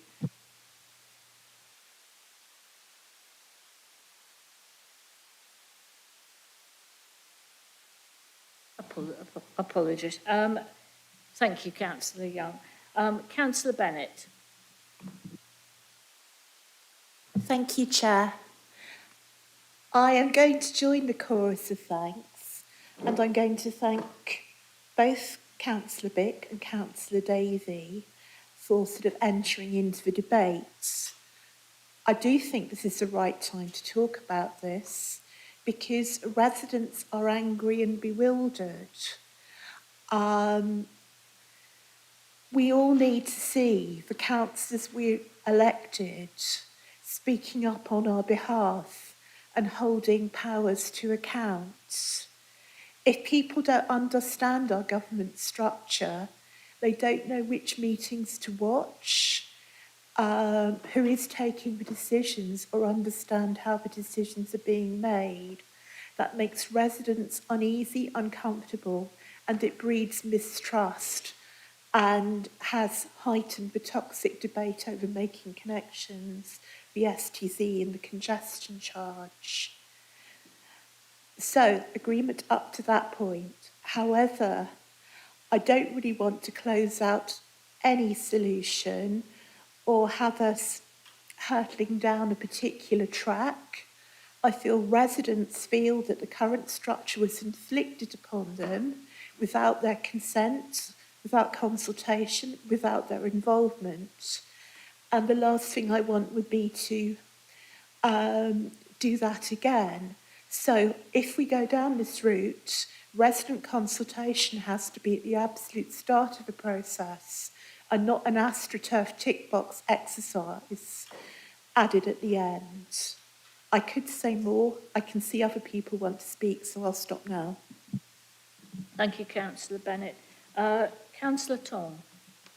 Hello, so I will just briefly sort of expand on some of the points that Naomi said and basically say, though I really appreciate the goals of this motion, I do think we can't look at a unitary authority as a catch-all solution to all of these problems. You know, we are very intertwined and entangled within a whole bunch of partnerships. It wouldn't solve all these issues. One of the main things I want to quickly say is I think a lot of the renewed debate about the value of a unitary authority comes from the fact that people are basically using it as shorthand for abolish the GCP because people just don't think the body represents their interests. Thank you, Councillor Netzinger. Thank you. I'm scribbling, but I haven't written this in as coherently as I should have done, so apologies for that. So I am also grateful for the timeliness of this discussion. I'm finding the amendment somewhat difficult. I would have well, I don't know actually. There are parts of the amendment that I'm very pleased to see. So I think that the support in there for deeper devolution is really helpful. It's very good to have heard from Anna. I'm also very grateful to her for confirming that I don't have a conflict of interest, which is very helpful. It is really useful and very timely to have the support of this council for the work on the deeper devolution which is going on at the Combined Authority. many in this chamber will not be very surprised to know that I find the reference to urban geography difficult to support. And Councillor Bick has outlined some of the reasons why I don't think that just the urban geography of Cambridge is the right geography.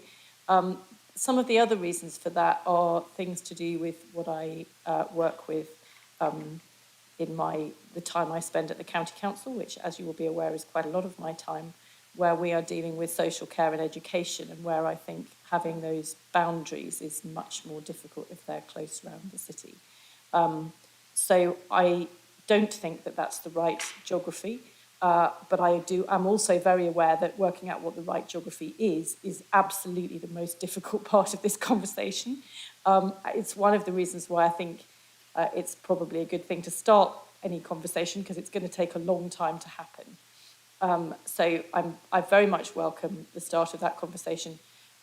I will not be supporting the amendment. I haven't quite decided what I will do after that, but if I do support it, I want it to be clear that I don't think that the urban geography is the right geography, but this is about a conversation, and that's very helpful. Thank you. Councillor Payne.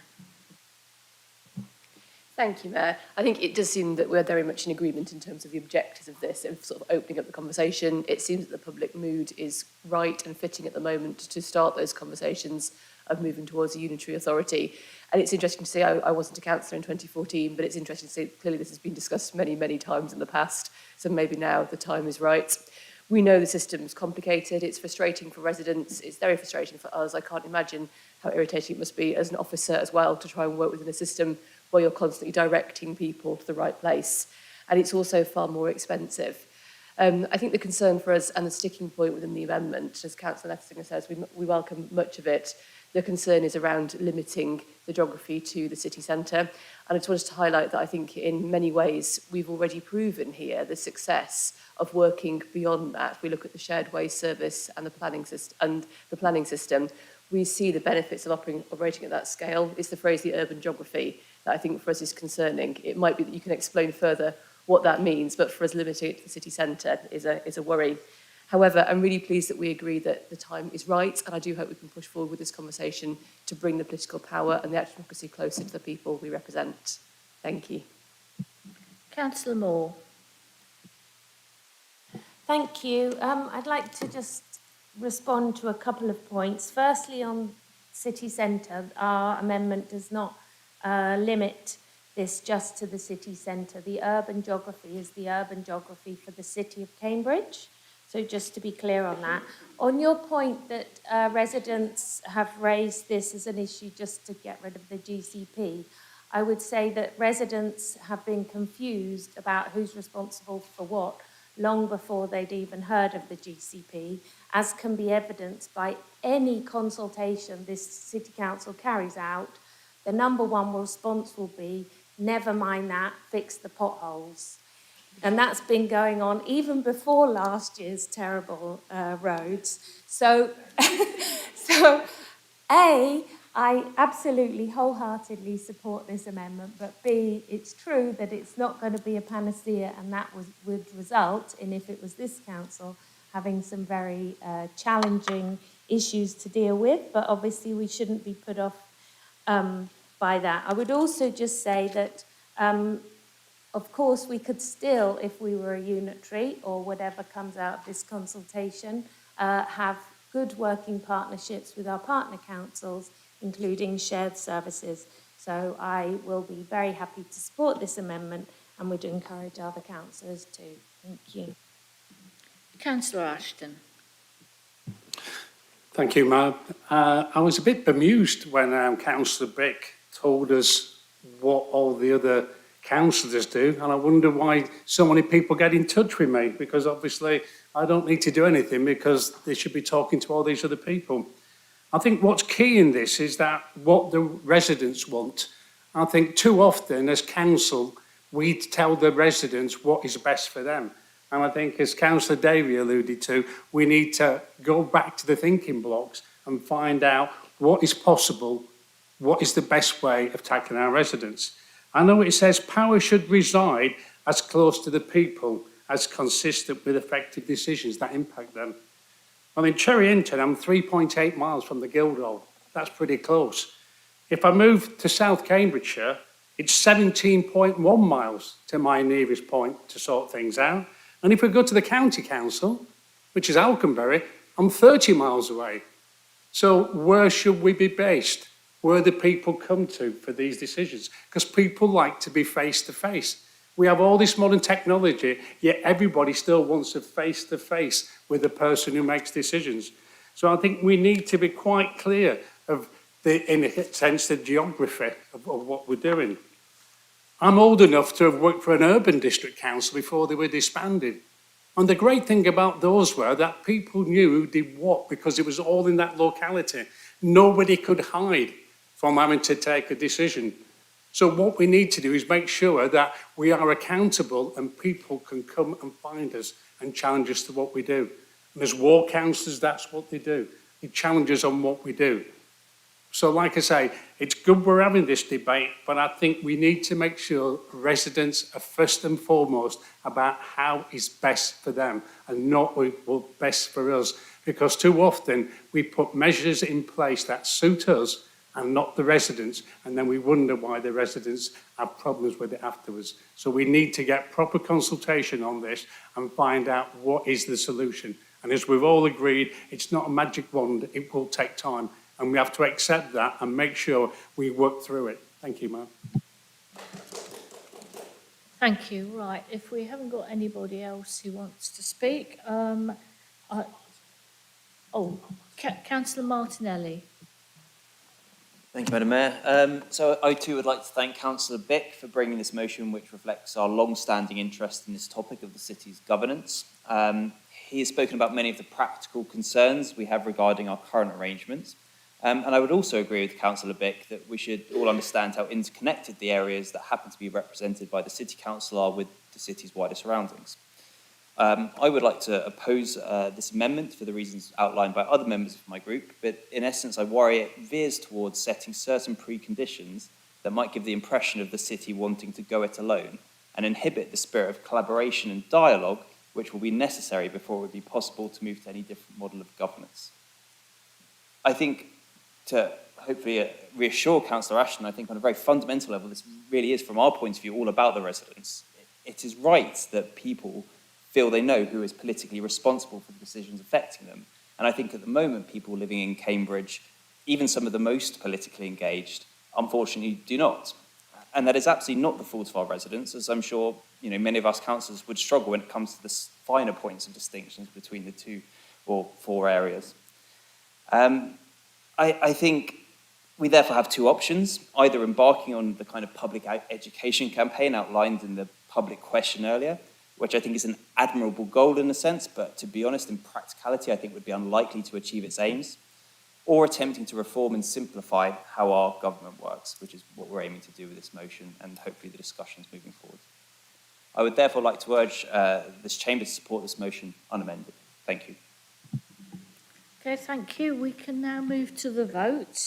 Oh, I'm so sorry. The right of reply. Councillor Davey and then Councillor Bick, of course. Yeah, I'll be very brief. I'm struggling with Councillor Martinelli's comments. What our motion does is actually open up rather than close down. Open up about whether it's unitary or not. Open up whether the geography or not. So I'm really puzzled by that. I'm equally puzzled by Councillor Payne's comments. We're not just talking about the city centre, as I think Councillor Payne well knows. This is about looking at the geography, which is what I said in my introduction.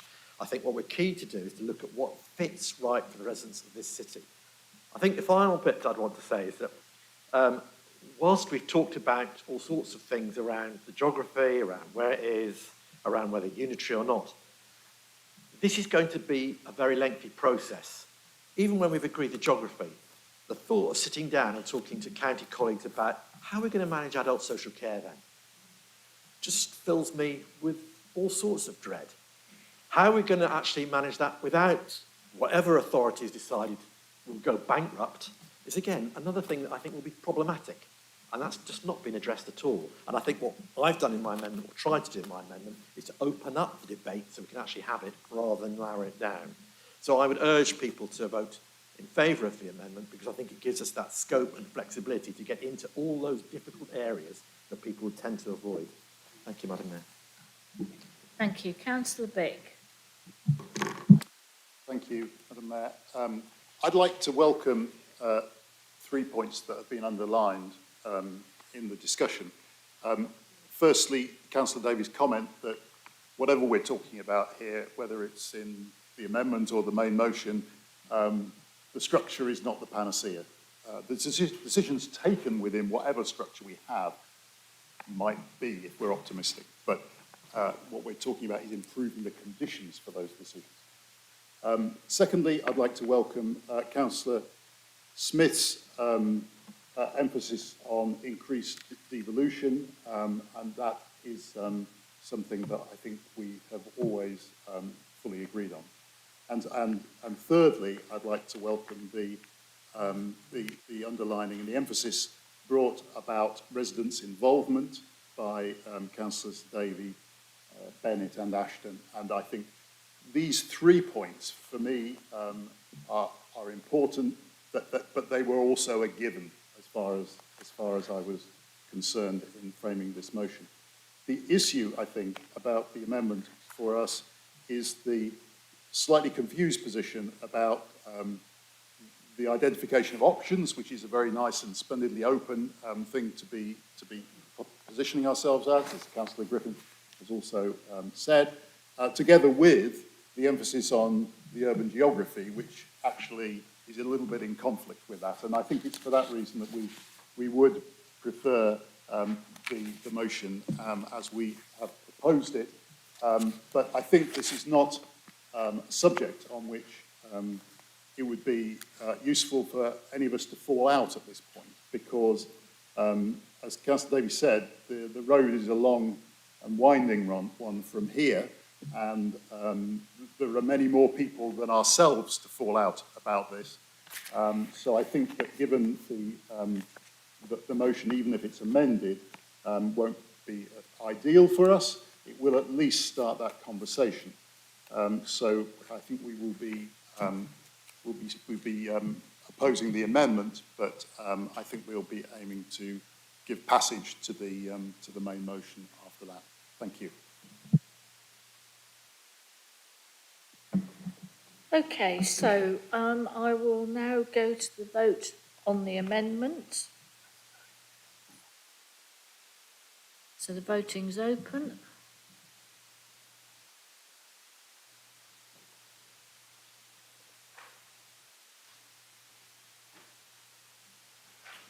Oh,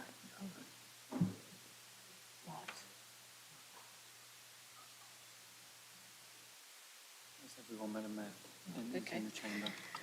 Okay, so the amendment has been passed, 24 votes for, 10 against, and no abstentions. So I now to the vote on the motion as amended.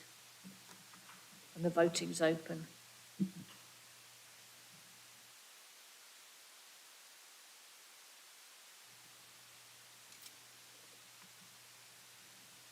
So I think that's everybody. Councillor Holloway, are you there?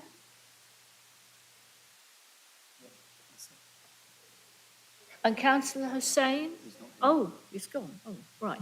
Well, so we have 34 votes for the substantive motion as amended, none against, and no abstentions. Thank you. So it is now 10 to 8.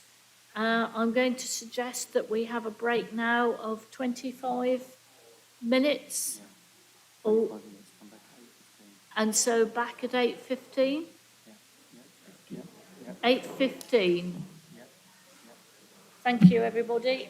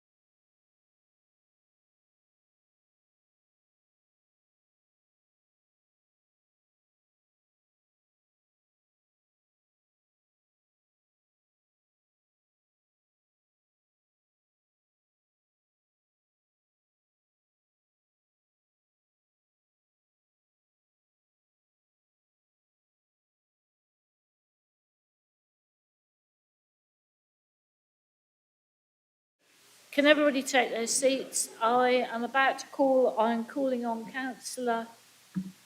Councillor Young to move on motion 6B. Can I ask you who your seconder is, please?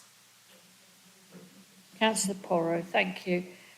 So you have 10 minutes between you. Councillor Young, please address the council. Thank you, Madam Mayor. I was elected in May, and in the short time since then, I have come up so often against the problems that people are having with neighbours and neighbouring buildings. I have really been surprised. There is an enormous amount of stress for residents, affecting their quality of life by the existence of short-term letting in the city. The range of issues is wide. Extensions are being built that people would not build for a house that they would live in themselves. Extensions and garden rooms are being let out, adding to the number of people in an area designed for fewer residents, and this creates, among other things, parking pressures. People are resident for such a short time, they are not invested in being good neighbours and building relations with those living next door. This means unrestrained behaviour with parties, noise, rudeness to neighbours, and general unneighbourliness. Also, many comings and goings, disturbing the peace of the neighbourhood. Rogue landlords have no regard to the space and safety requirements, which the council is currently unable to police, leaving tourists in unsuitable accommodation for their visit to the city. This also reduces the number of people staying in hotels, businesses which are regulated, employ people in the city and pay taxes. More long-term houses are taken out of the long-term housing market, reducing availability of housing close to where people work, particularly at the lower end of the market, reducing the long-term sustainability of our communities and turning Cambridge into a museum town. I'm disappointed to see that Labour have tabled an amendment which removes the specific issues that we come across with residents and have to deal with in planning meetings. However, it seems that we are in broad agreement with that all are in broad agreement with the main thrust of this motion. I so move. Thank you. Councillor Porra, do you wish to speak now or reserve your right? I would like to. You have 7 minutes, 7:40. Thank you. I'll reserve my right. Thank you, Madam Mayor. Okay, Councillor Thornborough has given notice of amendment, which is on page 41 of the information pack, and I understand Councillor Nesta will second the amendment, and you have 10 minutes between you. Thank you. Thank you, Councillor Young, for bringing this motion.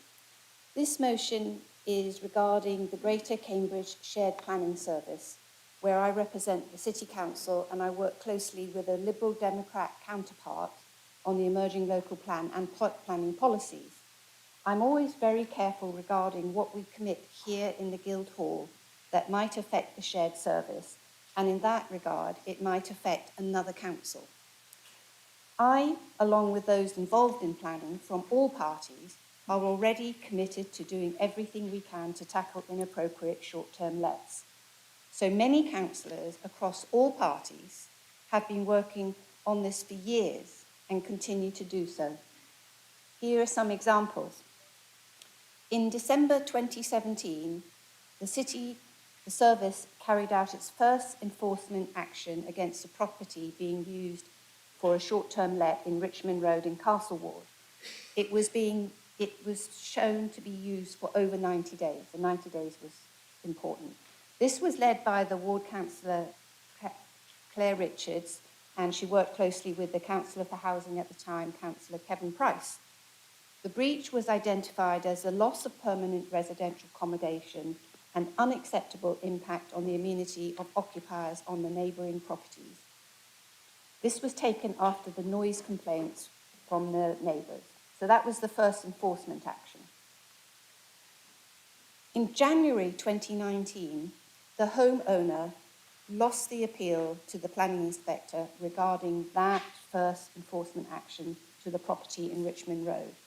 And it was the first time in the city where an enforcement had taken place and the appeal was lost. In fact, I think it might have been the first time outside London. Actually, we were very pleased about it. The council argued that the level of letting activity at the property constituted an unauthorised change in use of the building under planning law. Our MP, Daniel Zeitner, had been supporting the residents along with the ward councillor, Claire Richards. Daniel Zeitner stated at the time that councils need more tools at our disposal, and we all agree we do need them.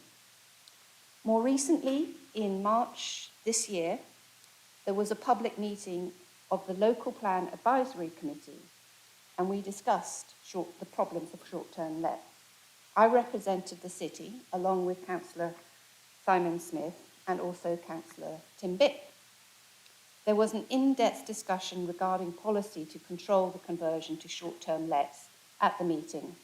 Councillor Bick suggested both councils, that's us and South Cambridgeshire District Council, because it's a shared service, need to consider creating new policy areas regarding and including managing short-term lets in the city. Market Ward, along with my ward, Petersfield, were and are facing almost uncontrolled conversions of housing to short-term accommodation. The officers confirmed that they were looking into this issue and would continue to do so. One point the officers made was that some large employers generate some demand when they recruit people. So one of the things is to talk to these large employers and see if they would consider using apart hotels for these new employees rather than to take the pressure off dwellings being used as Airbnbs. At a recent planning committee, there was an application for a change of use from a residential outbuilding to a short-term let. There was a very long debate about this, and we on the planning committee acknowledged that it was good that the applicant brought the application, because so often the right process is not used. So some of the things on your list are viable, some we already do, and some are not possible without changes in legislation. My amended motion mandates that we all continue to take this issue into account when considering the local plan, and that we ask our MPs to support greater control as they have done so in the past, and that we continue to bring updates regarding Airbnb and enforcement to the planning committee. These resolutions are quite general, but they are acceptable to the shared service with the short notice that I had when I got this motion. We'll support this amended motion. Thank you. Thank you. Councillor Nestor, would you like to speak now or reserve your right? And you have 5 minutes, 10 seconds. I will reserve my right. Okay, thank you. So, is there any debate?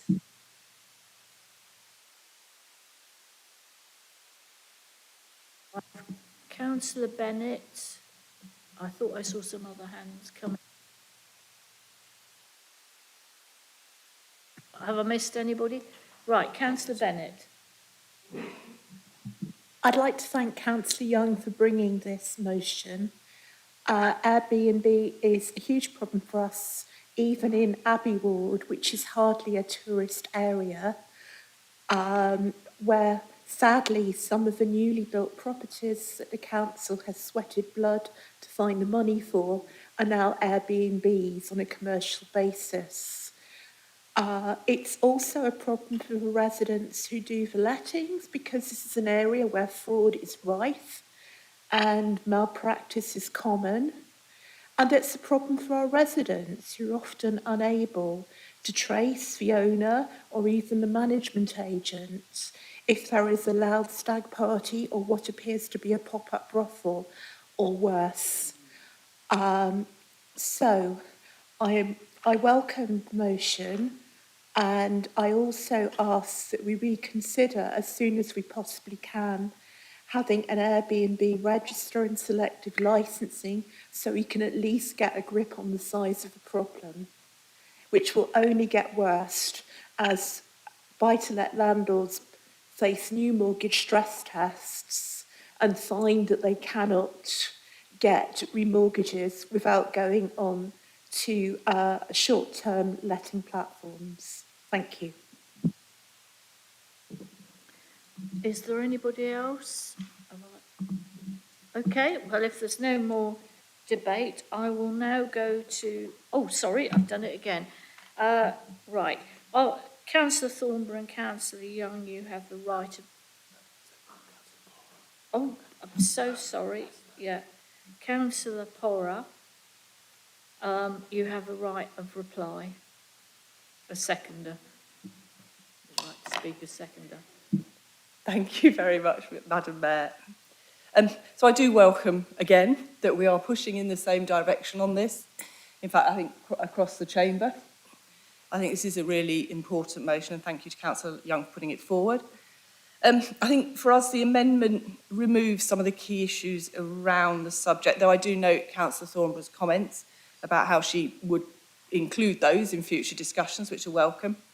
I'm also a little concerned that I can't find a record of our council replying to that short-term let consultation by the government. So I very much hope it's not the case that we didn't reply to this, as I couldn't find it on any of the... We did, okay.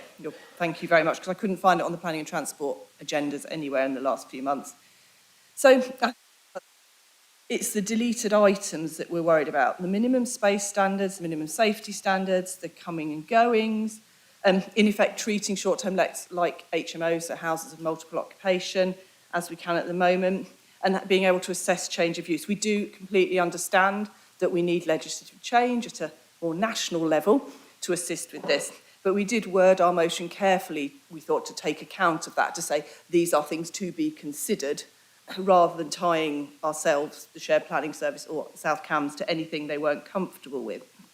For us, this was about putting on record the things that our residents have raised with us, to show that the council in general is listening to these concerns, and just putting a marker down to say that whenever we can, these are the primary issues that we're going to look at.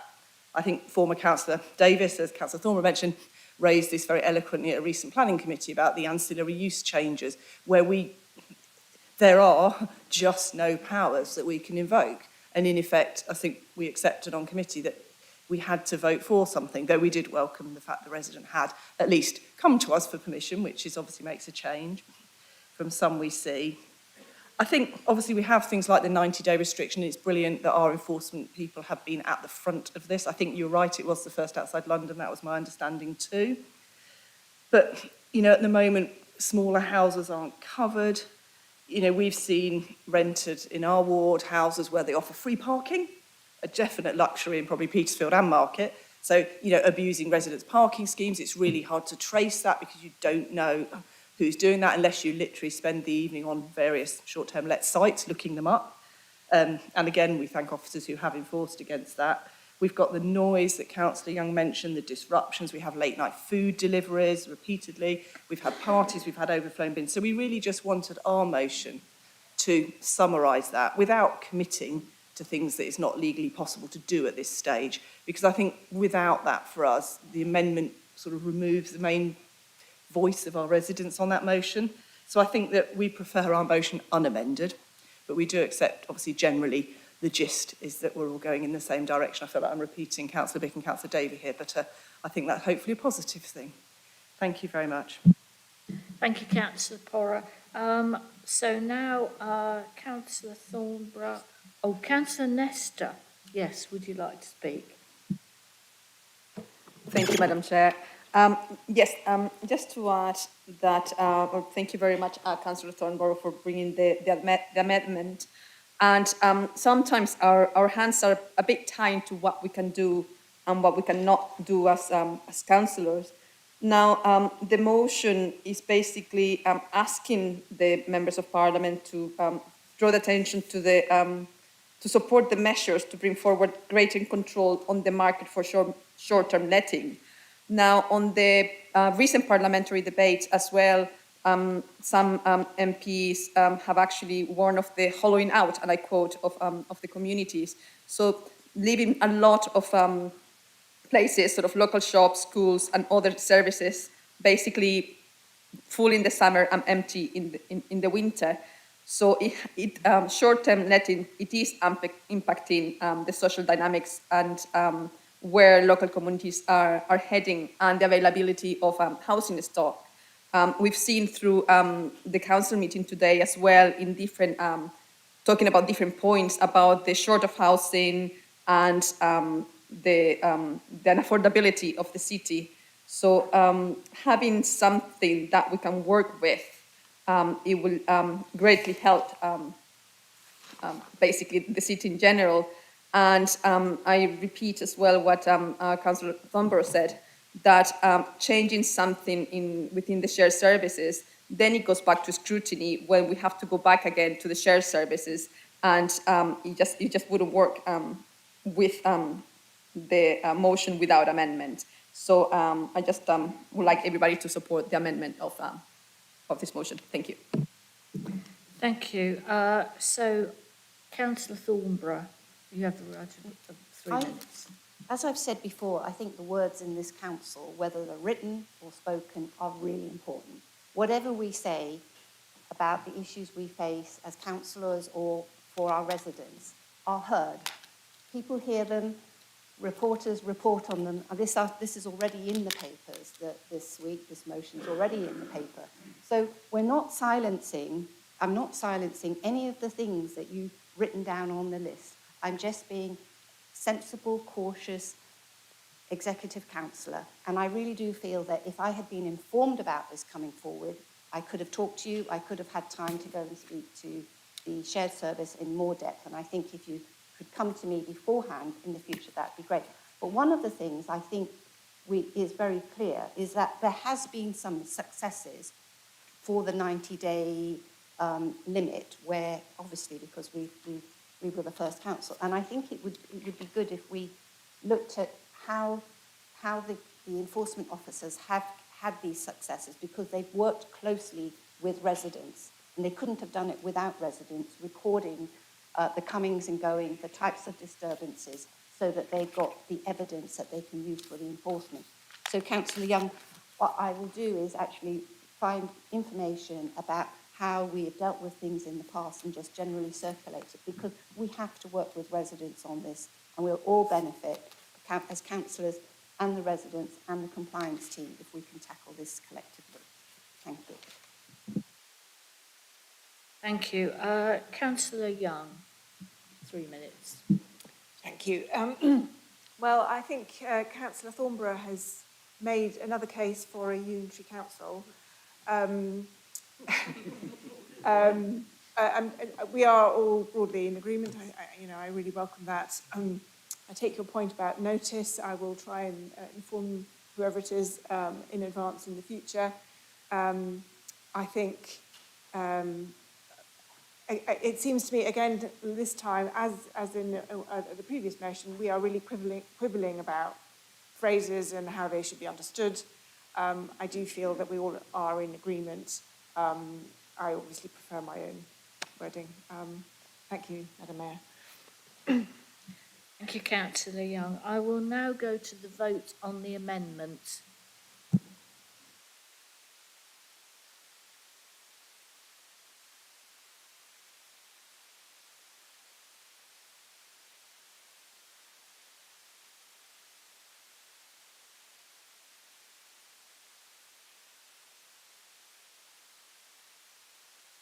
Councillor... Oh.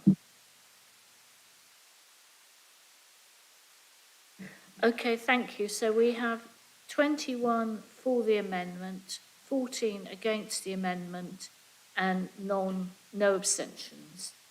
So I will now go to the vote on the motion as amended.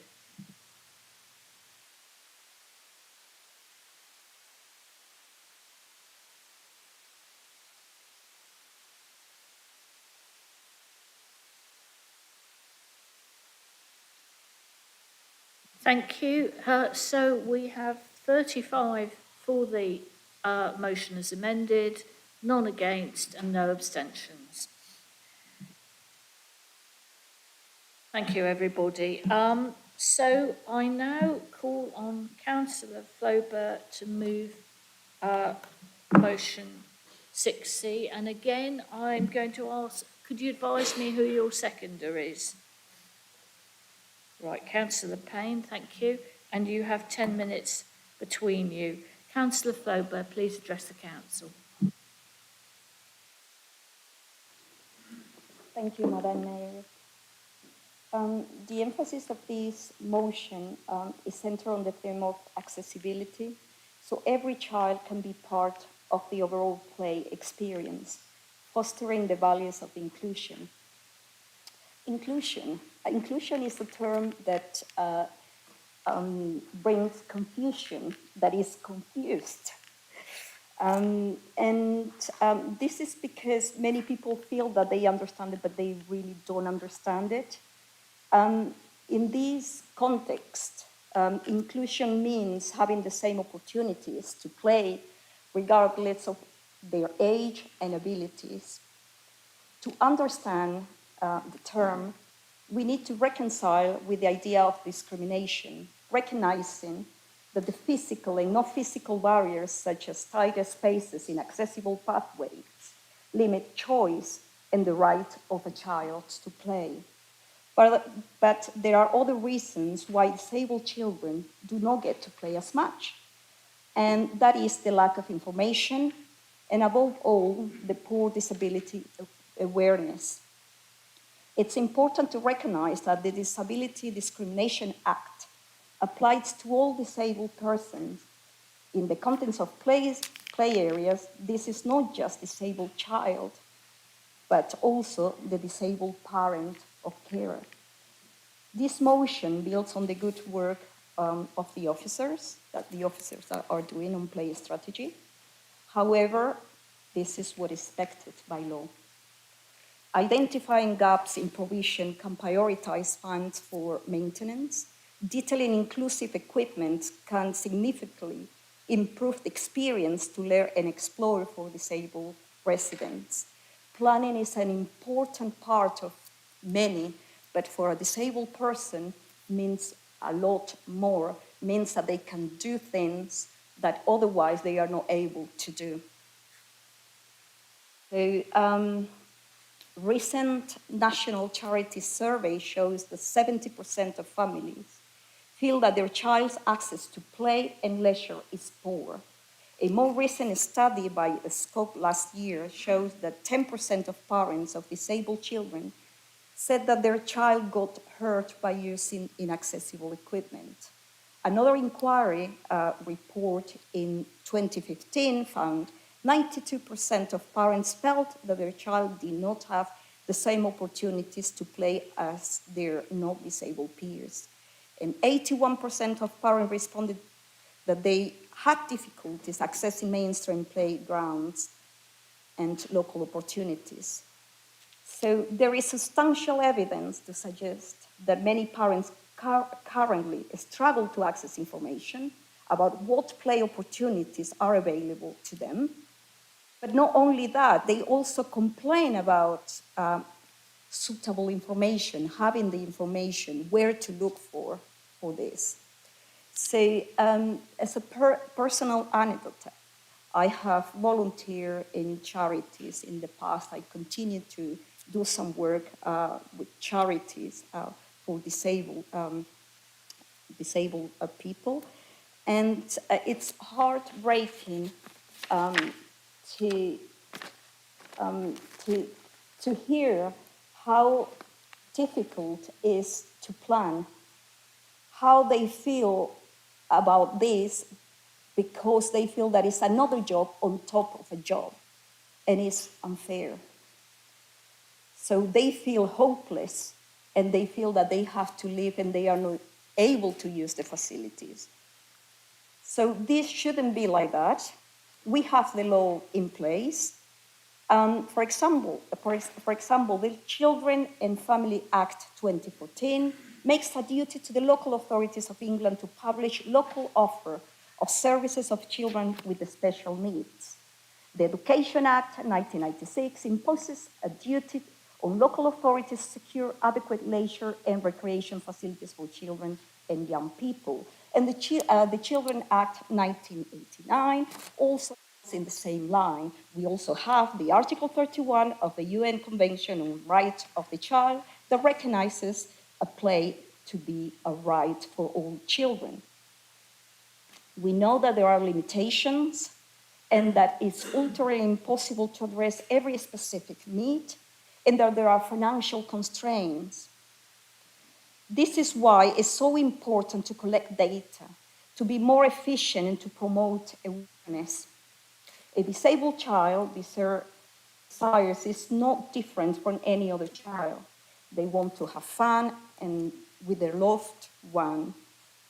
For this, they need the possibility of engagement with other peers on equal footing is very important, because equality is about removing barriers to people so that they can engage fully in society. So what are we missing if we think of a local area? So, and this is live testimonies that I have been able to collect in the last few days. Some residents, they feel, for example, in Trumpington, Hobson Square has a wheelchair accessible roundabout. This is an item. But the age has been dug out, so we cannot get to it. So there is actually an item, but they cannot use it because they cannot get into it. It's the only accessible piece of equipment in Trumpington. So Cherry Hinton Hall, the surface is unsuitable for a wheelchair.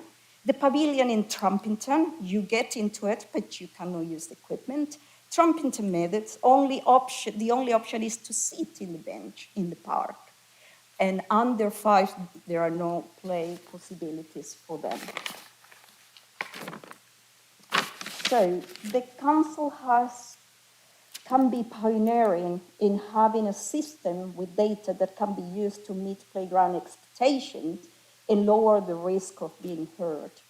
While residents with disability face bigger issues around societal attitudes towards disability, this motion is a small step, but even small changes can make huge difference to lives of disabled children and their parents. Thank you.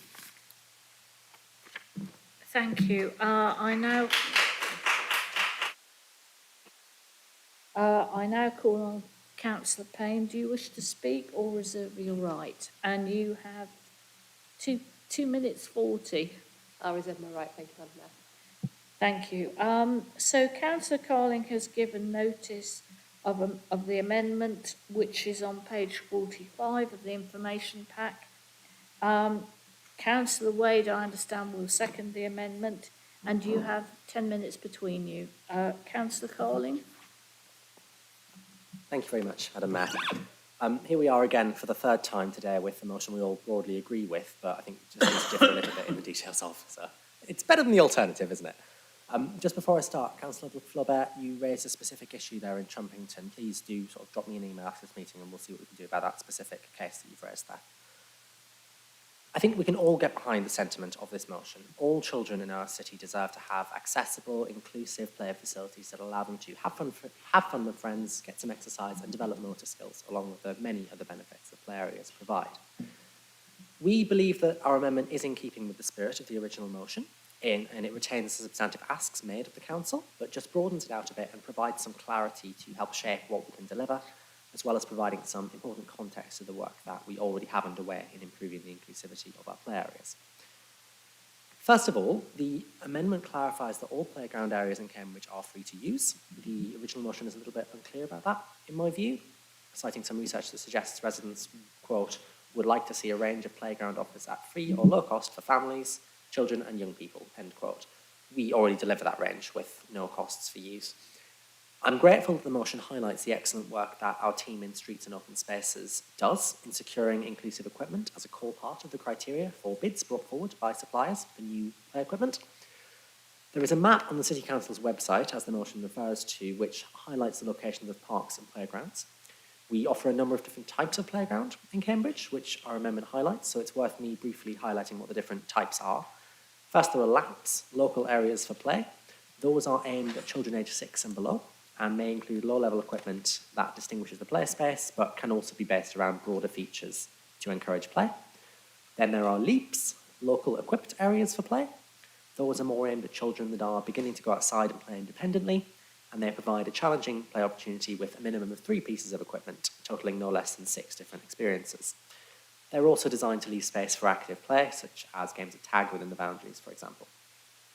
And then we have NEEPs, neighbourhood-equipped areas for play, which are targeted mainly at older children, but normally do contain an area for younger users as well. By having that variety in our types of offering, we ensure that there is something for all age groups. And I think the motion raises a good point in that there's always room to improve our transparency through making more detailed information about our play areas available to residents. There's quite rightly a focus on inclusivity with that, but one of the reasons we've submitted this amendment is because inclusive in general is quite vaguely defined. Children can have a variety of needs and accessibility requirements, which can often be physical, with wheelchair users being a clear example that we need to accommodate and include, and it can be non-physical too. So, for example, some children may be quite overwhelmed in a busy playground with lots of people running around who have sort of sensory issues. So we can incorporate quiet spaces within equipment and the broader setting to make sure those children have a space to go when they need to in order to feel more comfortable. When thinking about that, it's helpful to look at 4 broad categories of special educational needs and disabilities. Firstly, communication and interaction. Secondly, cognition and learning. Thirdly, social, emotional and mental health difficulties. And then finally, sensory and or physical needs. There are so many ways we can make our play areas truly inclusive, and having a diverse offering is core to that. We can add a variety of different textures, sounds, and things to look at in our play areas in order to provide a sensory-rich experience rather than just focusing on physical movement. This comes back to the reasoning behind our amendment. With such a broad array of needs for different children, it's very hard to classify whether a piece of equipment is inclusive or not for the purpose of producing a map of inclusive equipment, as has been suggested. As such, our amendment pivots the motion to being more about providing information more generally about the equipment that is available at different sites so that families can make more informed decisions on an individual basis.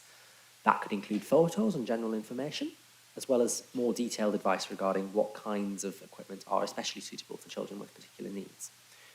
We're already in the process of developing our next investment strategy for play areas to provide that overall strategic focus on where we prioritise improvements for the benefit of everyone in the city, and making sure there's a variety of inclusive play equipment at different sites is core to that. As such, our amendment proposes to bring back specific details on how we can provide more information to residents on the offerings at different sites alongside our new investment strategy when that comes in for decision at a scrutiny committee. And I hope this will be accepted as a sensible way forward that gives this point the focus it deserves while ensuring we do it in the best way possible and kind of devote the time necessary to make sure that that happens. Let me turn briefly to some of the other points made by the amendment. There is a point made about data on the distance residents need to travel to nearby play areas. The motion claims we don't hold data on distances to travel for inclusive and age-appropriate play equipment. On the age-appropriate front, we actually do hold that data. We have catchment area data, which measures exactly what the motion refers to, and that is informing our investment strategy for all the types of play area which I outlined earlier. With respect to inclusive equipment, this comes back to how difficult it is to define inclusive, but we can and will look to make improvements despite that, with increased information about the equipment we have at different sites. The motion calls for a gap analysis to be carried out, so I'm pleased to be able to report that we're already doing that as part of developing our new investment strategy, and it will inform that strategy to help us target our investment. Councillor Wade will cover some of the other points later about communication and engagement, but I just wanted to close by again just highlighting how proud I am of the work this council does do in ensuring that no 2 play areas in Cambridge are alike. We are delivering a hugely diverse experience, making sure our children get the enrichment they need and deserve, and through that diverse offering, supporting those with a diverse range of needs by ensuring there is something for everyone. Thank you. Thank you, Councillor Carling. So, Councillor Wade, would you like to speak now or reserve your right? And you have 4 minutes. Thank you, Mayor. I'll reserve my right. Thank you.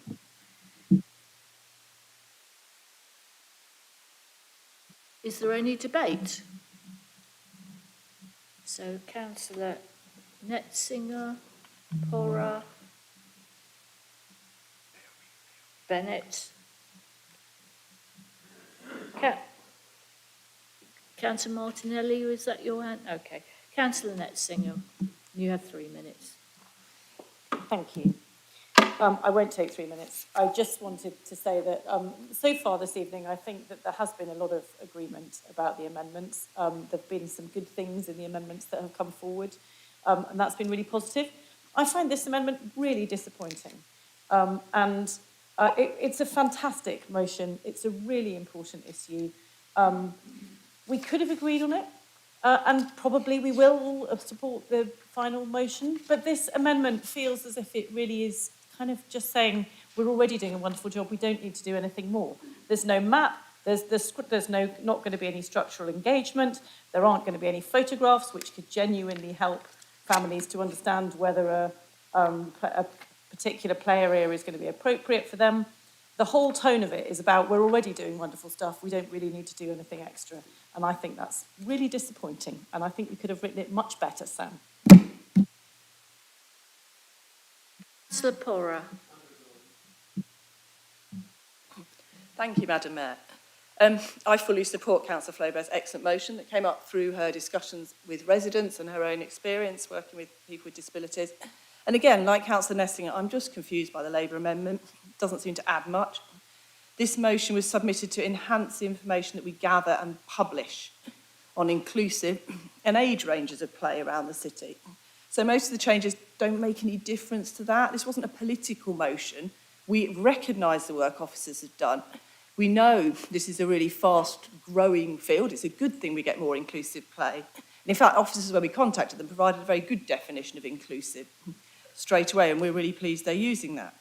Again, no criticism as officers. What they've done is really good, but what we as a council haven't done is map it all and tie it all together. So twice in the amendment, you suggest that the council already involves those with a need for inclusive in play in consultations. But where's this on the website? I've been going through trying to find this out. You've changed the particular paragraphs to note what you've already done, but we're saying do more. You've removed this, and it weakens the scope of the motion. So what does a parent with a child who needs an inclusive play area do to find out how to be consulted? Where is the information on the website? It isn't there. And your amendment means that it won't ever be there. And obviously the free to use thing was a direct quote from the report that came to the Equalities panel a couple of weeks ago. It wasn't a criticism that they weren't free. Obviously our play areas are free. It was just to back up the fact that this is highly valued by our residents from your own survey that was commissioned. You've also removed our paragraph about providing information about distance to travel. I think it's missed the point a little bit. We know the council has the information. You know, I sit on planning, we're forever talking about laps and leaps and all these other things. But if a resident wants to look and say, where is the nearest accessible swing, there isn't a way of telling that easily. There's so many things you've removed. So ironically, we accept inclusivity is not just about physical disability, of course, but we actually reference specifically photos. That's really good practice. Again, we had an Equalities panel presentation, I think last year, from one of our Cambridge football teams about how they've basically videoed and screenshotted their whole arena and area so that people can go in early online with their children so that they can feel comfortable. So again, I don't understand why these things were cut out. To be fair, we do absolutely welcome the commitment to go to the Environment Committee, and we'd be grateful if Councillor Carling and colleagues could commit to a date for that, please. But we also want the gap analysis to be included in that. Again, your final paragraph changes it. The S106 discussions are not relevant to our local residents. They need to be able to find this information. So we are grateful, again, direction of travel is good. We're all saying we agree with the same things. But this just waters down what was a fair, good and non-political motion, and it removes the key points that we think are most valuable to residents. Thank you. You're just over by 2 seconds. Councillor Bennett. Thank you, Chair. 3 minutes. I don't like to speak from my family and lived experience of disability. So all I will say on that front is that this is a motion that's really needed. We don't do enough for our disabled residents with able-bodied children, our disabled residents with disabled children, or our disabled children. The point that Councillor Parra mentions about the photos is incredibly important for access. If you're escorting children in a wheelchair, what happens when you get to a play centre or sports centre and there is a step down and you have to take your children home? That's happened to me when I've had my nieces over. You know, please stop trying to prove that you're better than the other side and just listen to what the Lib Dems are saying for once.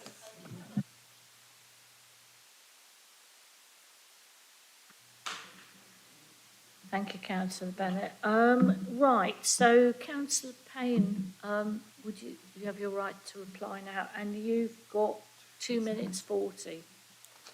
Thank you, Madam Mayor. Just to repeat, everything's around. I'm so grateful to Councillor Fairbairn for bringing this motion tonight.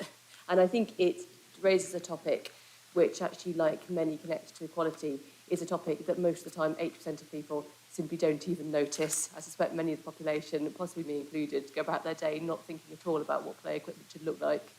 But for the 20% of people who do have children needing inclusive play or need access themselves to play areas, it is absolutely vital and it's life-changing that play areas can be inclusive and accessible. This is the case of many pieces of work I think that we do as councillors, and things like dropped curbs, bins blocking pavements, certain types of lighting going through curtains at night actually have a huge impact on people's day-to-day lives. I think it's incumbent on us as councillors to do absolutely everything we can to correct any issue of inequality. And I think also that any improvements to inclusivity are also an improvement for everybody. They raise the standard for everybody around them. I think the point about sensory play is particularly important. I think many members of the Chamber know that as my day job, I'm a teacher. I work in a school in Cambridgeshire and St Neots, where our SEND levels are amongst the highest in the county. And something we've seen over the last few years is an increase in autism spectrum disorder, and also outside of special educational needs, a huge rise in anxiety and stress in our young people, I think, from the pandemic, social media, many other issues. And we've really found that for children in that position, sensory play, so things like wind chimes, different textures, grass, quiet spaces, coloured glass that creates quite a calming and soothing effect, has been absolutely an absolute revelation to us in terms of making really difficult situations with overstimulated children with sensory overload into things that are more constructive. So I think highlighting that point going forward is a really important one that I'm so grateful to Councillor Fairbairn for. In my experience working with many families with children with different needs, parents know their children's needs absolutely inside out, they're the experts, but what is so difficult all the time is planning for them. And that's why I think it is disappointing. I'm glad Councillor Carling is very proud of his amendment, but I think it is disappointing to see the removal there of the reference to the map, giving the distance to places of inclusive play. We should make it as easy as possible for parents to access these with their children. So including that, to me, seems an absolute no-brainer. So I hope that today we can put aside these differences, we can move forward, and we can embrace the spirit of the motion, which is about inclusivity and not about small amendments to make the administration feel proud of themselves. Thank you, Madam Mayor. Thank you, Councillor Payne. I apologise that I missed Councillor Moore. I think you wanted to speak, so 3 minutes. Thank you. I'll just be very quick. I just wanted, it seems to have become quite personal. I know we've got a proposer and a seconder, but this is a Labour Party amendment. It seems to have become quite personal against one councillor. That wasn't what I wanted to say, but I did, obviously, that's why I said it. But it wasn't the main thing.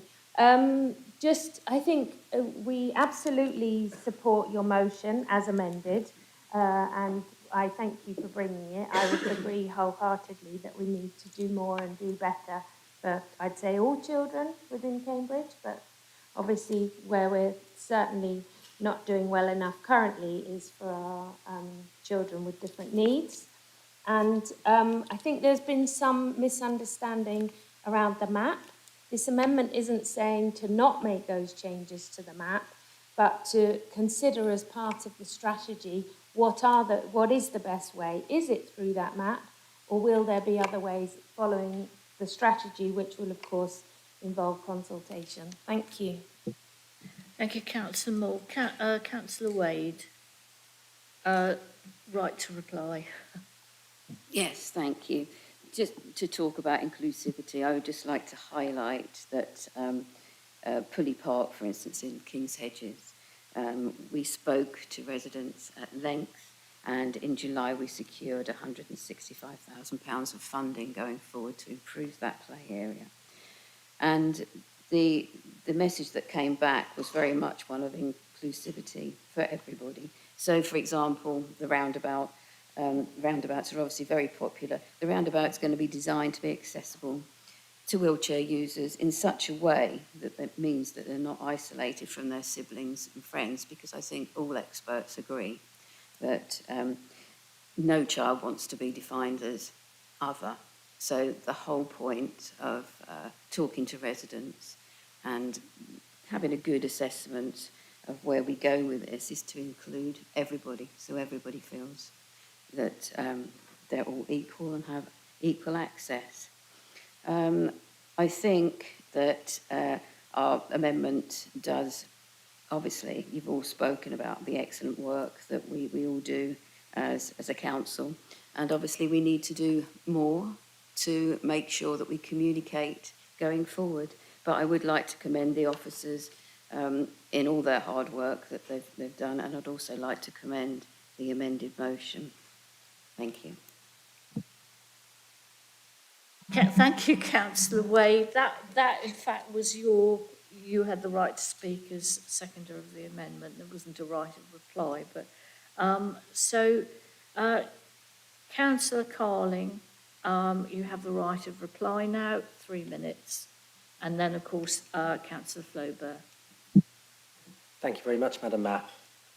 Councillor Porra, you accused me just now of essentially ruling out a map of photographs of inclusive play equipment. I literally said in my speech that we will look at both of those when this comes forward to a scrutiny committee. This is such an important motion, and we can and will enhance the information that we publish. But what the original motion proposes is to do that in a very specific way, and I believe we can do better. And I want to give it the time and resource to properly address the very valid point that has been put forward. I would absolutely expect the proposals that come forward to include photos, for example. I would take that as a given. That's probably why I didn't include it.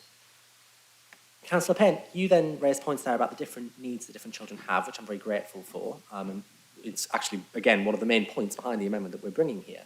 The map came up again. The map on the website is quite hard to find, actually. And again, we can do better than just improving that, which is, as I have said, the whole point of including in this amendment a cast-iron commitment to bring a full discussion on this to a scrutiny committee after we have given some proper thought and consideration to how we can do the best that we can on this front, essentially. You know, on communication and engagement, our amendment recognises that the council does have structured means of engagement with residents, including families of children with specific needs. So when we add or improve play areas, so for the King's Hedges investment made recently that Councillor Wade just mentioned, a consultation was held on Citizen Lab with, you know, a very high level of engagement came in from that. And that was immensely helpful for officers in shaping the final plans. So I'm sorry that that debate ended up a little bit unpleasant in the end, but the whole impetus behind our amendment here is that we want to build on what has been suggested and do it properly. So I would commend the amendment. Thank you. Thank you. Councillor Flober, and you have 3 minutes. I won't take 3 minutes. I welcome the discussion. It's a step forward.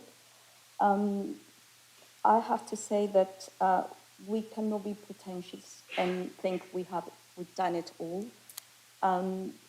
There is room for improvement, and basically you have stated that in the last play statement from the Cambridge Play Strategy. You acknowledging already that there are gaps and that there is room for improvement. So one of the things that you have stated is that the council standards focused on quantitative rather than qualitative provision, and that's very important when we talk about disability. And that was in your last audit. We are not criticizing, or my intention has been not to criticize what the officers are doing, as my colleague have stated, but we rather questioning and reflecting and trying to improve what is already being done. We are saying basically, what I have been trying to say is that the facilities that we have at the moment, they seem to be insufficient. that they do not address, for example, multiple needs for these children, and that there must be a more involvement with parents and carers. And when you talk about consultations, for example, the last report that was made by this council 10 years ago, it didn't mention any consultation to parents with disability or children with disability. So I've done my research as well, Councillor Colin, especially against you, is that we want to make this happen. We want an improvement. And I'm sure you do also want the same thing, but it seems to be too political, and it shouldn't be like that. And to the residents, to the disabled residents, I know that today we haven't achieved very much, but we're talking about that, and I'm sure that we're going to continue talking about this. Thank you.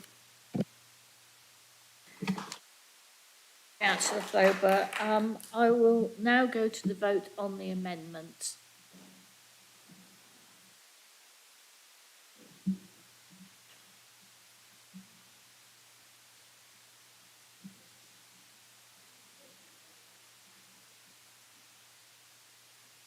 Anthony Martinelli.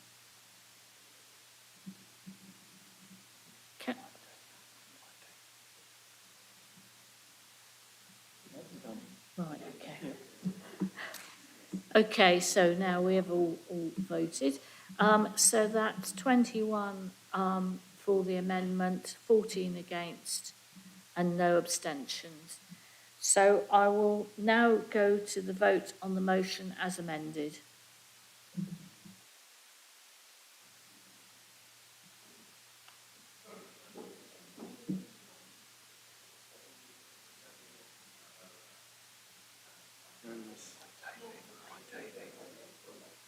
Councillor Davey. Right, okay, so that's 35 for the amended motion and or for the motion as amended, none against and no abstentions. Thank you.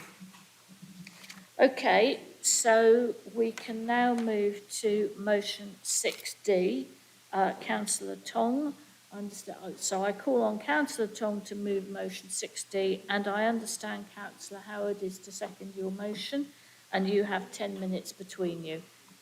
Could I ask councillors to be quiet and to allow Councillor Tong to speak? Hello. So I will try and be quite quick and get this done in only a couple of minutes, because usually by the end everyone's quite tired and wants to get home. Basically, at the moment, as we've discussed earlier, our political system and the way residents engage with local government is quite convoluted and arcane, and I think we can do some stuff to address that doesn't directly preclude any other possible reorganisations, such as a unitary authority, but at the same time, it would be a lot cheaper and could perhaps act as a stopgap, because these processes tend to be quite long. Firstly, I think we should do more to invite some of the figures from the other authorities down to full council, so people can see the local councillors, city councillors specifically, that they democratically elected actually engage with these people to show that our democracy is working properly. At the same time, I think we could use a web portal to centralise a lot of the information we have about what these different authorities do in one place. So, for example, rather than have different descriptions of what the different authorities do, have a web portal, links to what they do and who they are, allows people not to get lost quite as easily on our website. I don't think it would have a particularly negative impact at all, or it couldn't have a negative impact on anyone, because a lot of people find the stuff they're looking for directly through a search engine anyway. It could only help people that have got lost. There, done. Councillor Howard, you've got 8 minutes, over 8 minutes, 8:38 to speak. Would you like to speak now or reserve your right? Okay, thank you. Let's open this up for debate. Is there any debate? So, Councillor Wade, Davey, Councillor Gilderdale. Okay, Councillor Wade. Thank you, Mayor. And you have 3 minutes. Thank you. It's just a very quick question. Who's going to run the web portal?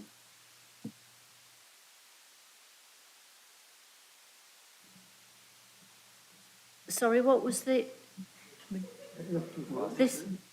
Could you repeat that? Yeah, sorry. It's just a quick question to Councillor Tong. I was just curious as to who's going to run the web portal, who will have Okay. responsibility for that. So Thank you. Councillor Tong will be able to answer that in his right to reply. Councillor Davey. Yeah, thank you. And in the spirit of Councillor Tong's proposal, I'll also be very brief. Unfortunately, we're going to vote against, or I would advise our party to vote against. There's two reasons. There's two elements to this particular proposal. One is to set up a portal, which, if Councillor Tong had asked the officers in advance, he'd be aware that it's expensive, time-consuming, and would not actually benefit residents. So I'm afraid if it's not going to benefit residents, I have to say, it doesn't seem to be a very good idea. In terms of inviting people from other authorities, all in favour of that, and as I've said in my email to you earlier, we already do that, and so there's no need to write a motion about that. And I would suggest that the problem is not so much inviting officers, because that's quite feasible. The problem would be, would you be inviting, for example, Councillor Nessinger to come and discuss the County Council, of which we have absolutely no authority over.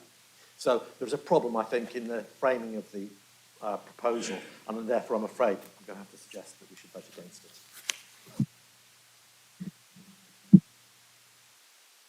Councillor Gilderdale. Thank you, Chair. I think it's helpful in the context of this conversation to make sure that members are aware that the City Council has recently commissioned some work to update our own website and make it accessible.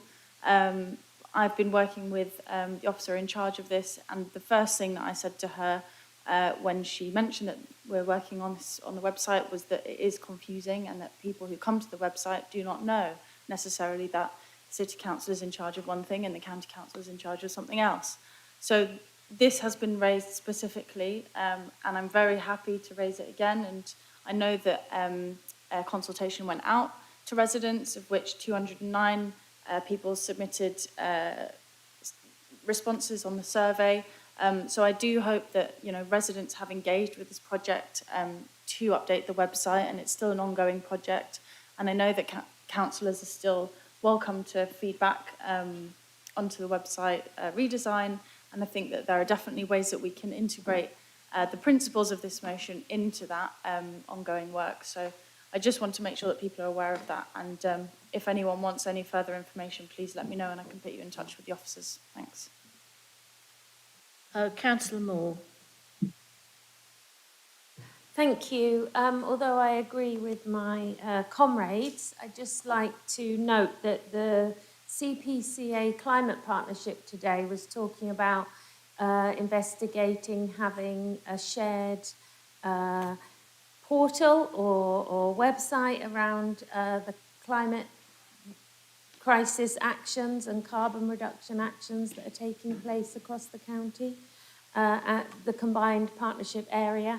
And so maybe we should see how that goes and learn from that before we go into anything more complicated and expensive. Thank you. Councillor Thornborough. While we're talking about websites, I'd just like to say that the Shared Planning Service is looking at updating their website, and it's not at the stage yet where there'll be a consultation, but I think it's, for me, what I'm constantly saying, it needs to be plain English, really simple, lots of diagrams, because it's so important that everybody engages in the planning process. So I hope to bring an update to that to you all later on that one. Thank you. Councillor Bick. Mayor, just very briefly, just wanted to say that I started off reading the motion and feeling that it was something that ought to be supported. I must admit, hearing Councillor Davies' response, I do find that then difficult, not on any sort of policy or ideological grounds, but on the practicalities of the matter. But I do think it has served to kind of allow people from all sides to say, let's have our websites working for us as well as we can and as well as is practical, and as well as is affordable. But I think it probably wouldn't be the right thing to adopt this whilst there's still quite a lot of things that can be experimented with and done. And if this has been looked at and found to be impractical, then I think it's probably unwise for politicians to vote for the impossible. Thank you. Councillor Lee. Hi, I just wanted to really pose a question to Councillor Tong. I mean, this is supposedly a new common portal, and in my experience, it does tend to be the case, at least in my professional capacity, when something is in common ownership, there is no ownership of it, and it leads to the question, who would actually run this website, and what would actually be the benefit of running this website as opposed to, for example, having this all run by a unitary council, as we've already discussed. And it does strike me that any money that would go towards this common website would actually be much better spent exploring the opportunity the unitary council. Thank you. Okay, if there's no more debate, Councillor Howard, would you like to speak? Yeah, thank you, Madam Mayor. And you have a bit over 8 minutes. Yeah, I might not actually keep it so brief as Councillor Tong, because there's just too much to get into here for such a late time, but where shall I start? I think what's being asked here is incredibly simple, in contrast to an earlier motion in the night, which is incredibly complicated. Talking about the unitary or potential unitary authority motion, which Councillor Davey has recognised in an earlier motion that would be a very long and winding road, whereas this is actually trivially simple. It's saying, let's have one place where residents can land and be directed and re-informed what the City Council is responsible for, what the County Council is responsible for, what the combined partnership is, what the GCP is, etc. I think it's very simple, but no one actually in the debate has recognised what maybe is a more important part of the motion, and that is to invite the chairs and the representatives of those bodies to this chamber to answer to us. And I think actually Councillor Tong led with that, and although it goes the other way in the written motion, that is the deeper point about opening up democracy and making it more transparent to avoid this feeling among many residents that decisions are being made, if not here, then where? In other fora which are more difficult to access. In terms of costs of a website, okay, maybe some upkeep costs, but if it's very simple, the running costs of that are very low, and I can't help myself here. Now that we have lost, sadly, Councillor Davis, I don't have quite so harsh anti-Westminstering, but in 2018 we set up a domain, queensforabbey.org.uk. You can still go visit it. And about a year later, I found a funny website called Labour for Abbey. I can't remember the domain name exactly, but to suggest that it's difficult or too expensive to set up a domain and run a website when there's a copycat website for the ward. I think it's just quite funny. I couldn't help myself there. But this could be a very, very simple landing page. I think Councillor Tong has suggested in the motion something like camlocal.gov.uk. It would be a single page, 4-button interface. And in that long and roaming road, when we're going down, maybe going to unitary authority with some combination of urban or semi-urban or cross-county lines, and those however many years it takes to get there, this is a place that people can go and understand who runs what and be directed. And at the same time, we invite representatives of those bodies into this chamber to be better scrutinised. I think it's a very simple, very easy win, and it's quite surprising that it's the only motion that hasn't been amended tonight. So with that, I will bid you to support the motion.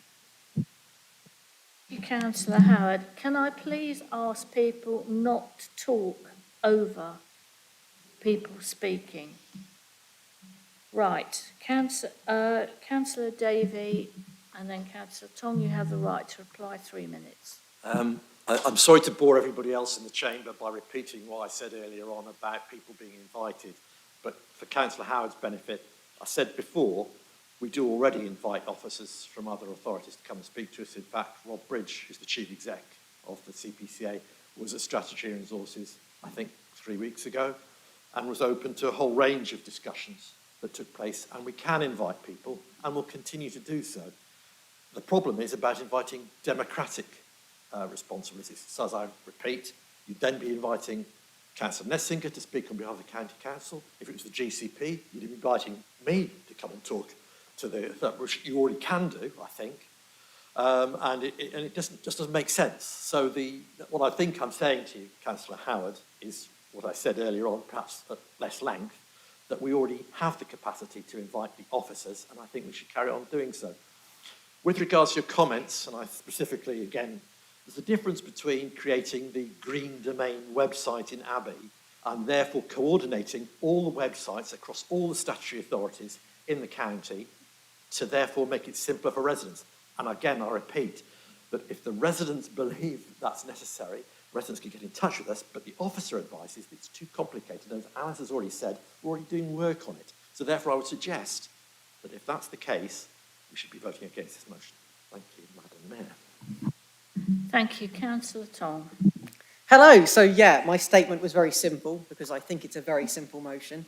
However, I'll reiterate one point which I think was sort of missed, which was I didn't say just council. I said we need to do more to invite to full council. That's what the entire motion's about, really. I think it's said quite a few times in the text. However, I'll quickly close out by going, yes, it could cost a bit of money. However, it's a lot cheaper than some alternatives like reorganising the entirety of local government. Thank you, Councillor Tong. We will now go to the vote.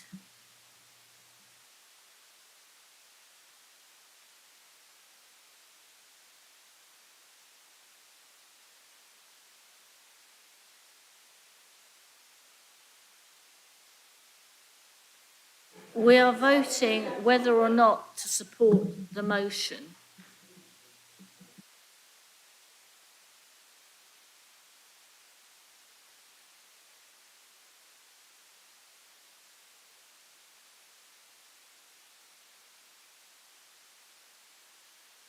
Five in favour, 20 against and 10 abstentions. Thank you.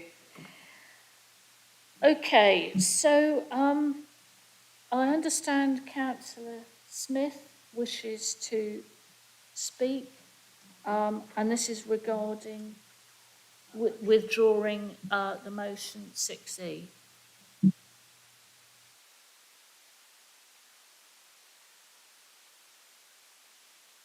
We can hear you, and I understand you just want to say a few words. It's just a few words. I'll be as brief as I possibly can be.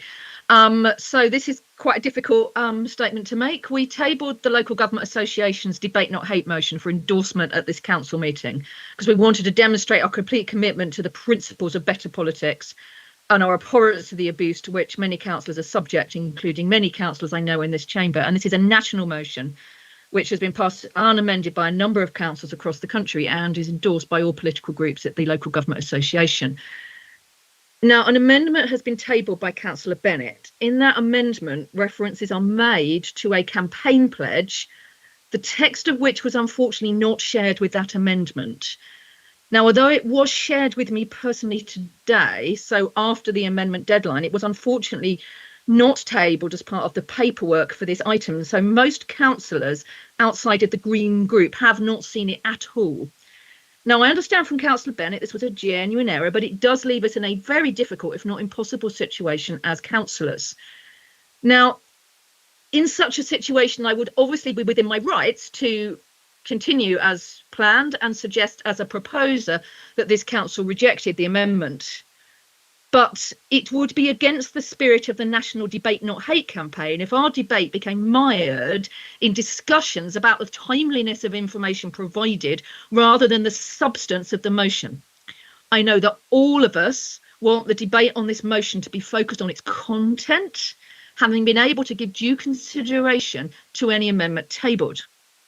So after discussions with the leader and the mayor, it is with huge regret that we have decided to retable this motion as an extraordinary item at the upcoming meeting on the 30th November to allow time for due consideration to take place. And I want to thank the mayor for allowing that to happen.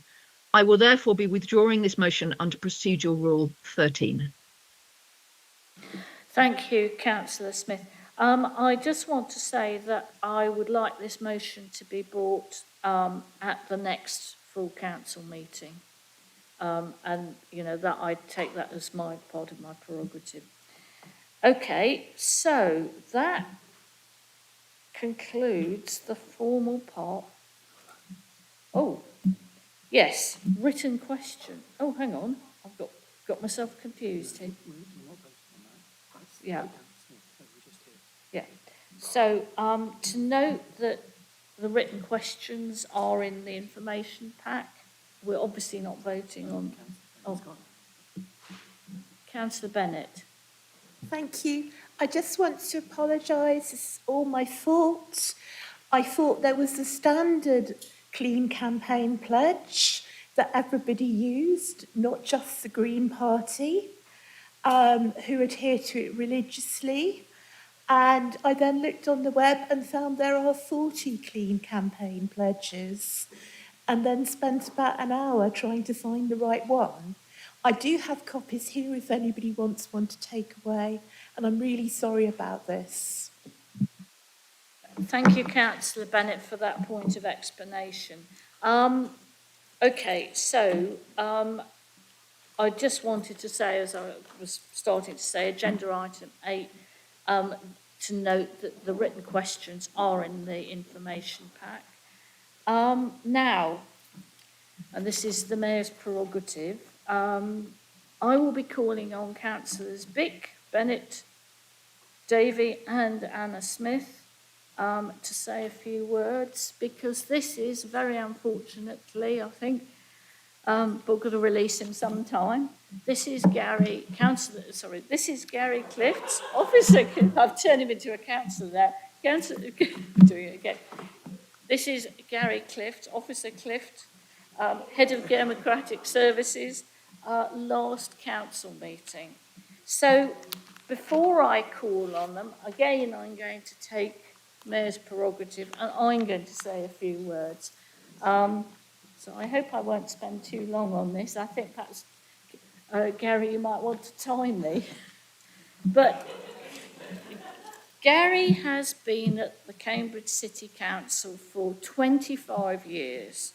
I can't believe this, coming from Kensington and Chelsea. And when I heard that, I said, oh yes, interesting council. And that's from my ONS days doing population statistics. So as a councillor, only in my third year and as mayor, I am so grateful to him for his support, professionalism and huge knowledge. This man knows our constitution. I think he knows it backwards.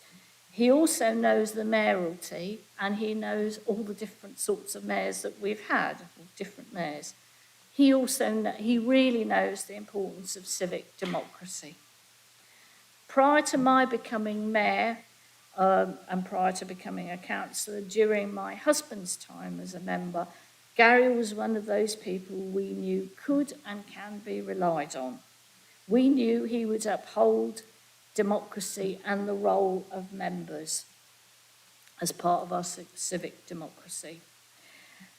Committees ran, papers arranged, all the admin and management happened, even through COVID, when we were in the Corn Exchange, online, hybrid, and now back in the chamber. This year, I've directly and hugely benefited from his advice and support for me and the mayoralty, getting resources and staff in place to run the diary. He's been directly managing civic events, working with external stakeholders, sorting budgets to ensure what's needed for the mayor in the future, and not least organising and advising on our council meetings and on my role as chair. I know that developments and lots of changes have added to your workload, Gary, but you've been effective and professional all through this, and on top of that, you've been invaluable on the ongoing governance review with your knowledge of the rules, the Constitution, and the practicalities of change. I have, as do all of us and his staff, your staff, I'm getting my his's and yours muddled up, huge respect for everything you've done for the good of Cambridge and the council, and you're really part of Cambridge. I wish you well in whatever you embark on, and I hope you and your family will stay here in Cambridge. So thank you very much, Gary.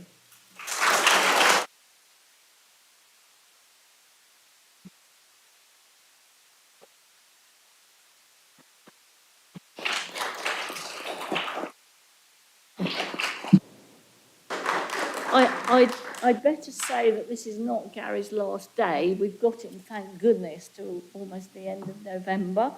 And I'll now call on Councillor Vick to say a few words, then Bennett, then David, then Anna Smith, and then Councillor David.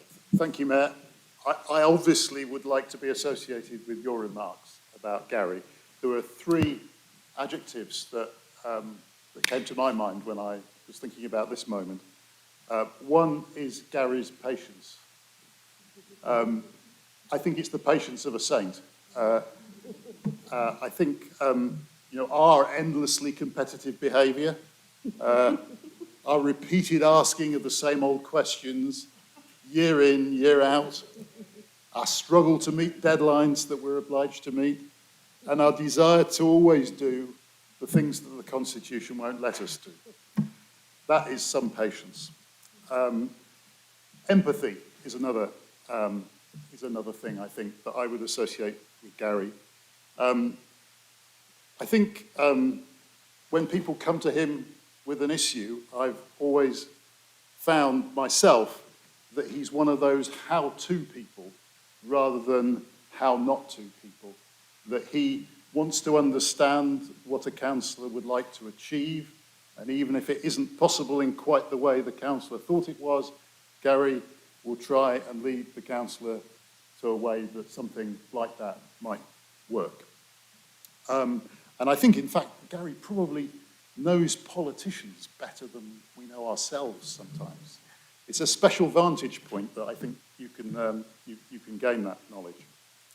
And I think the third one was businesslike, because, I mean, we like the sound of our own voices, but we also like to go home afterwards and feel that we've decided the things that need to be decided. And you saw it throughout this meeting that Gary's always had the foresight to think about what eventualities could occur through our erratic combined behaviour and have a plan for the way forward. And the only occasion that I recall that probably wasn't the case was when we had the abseiling in the chamber, but you couldn't actually plan for that, could you? So that's not blotting anyone's copybook.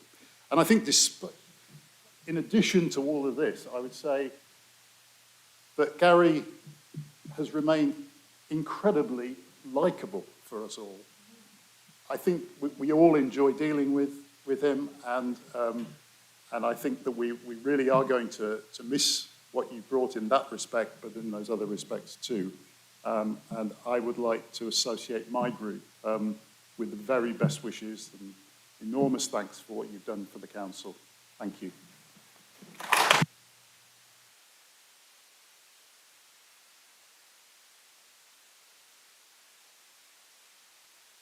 Councillor Bennett. Thank you, Chair. In May 2021, two Green women and an independent woman suddenly found themselves on the council and in an administrative group, something that we didn't really know what it was. And since then, Gary has been somewhere between an honorary uncle, a shoulder to cry on, and a father confessor to us. We're really grateful. We don't think we'd have got through the first 6 months without you. Possibly some people might think that's a bad thing. But thank you, Gary, and we hope you enjoy the Walks book.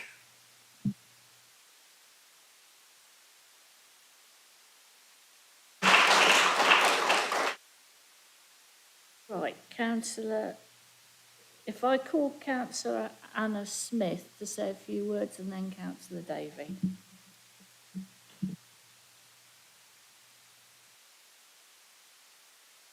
Thank you, Madam Mayor, and I'm really grateful that you've given me this opportunity to speak. So I'll try and be as brief as I possibly can be. Partly because I know that Gary is going to be utterly mortified by us all going through a whole round of praises for him. So I'm really sorry, Gary, but as a former city council leader, I couldn't stay quiet. I don't think any of us could. So I've got a few things that I wanted to say. Firstly, I was leading on council meetings for the government group during the pandemic.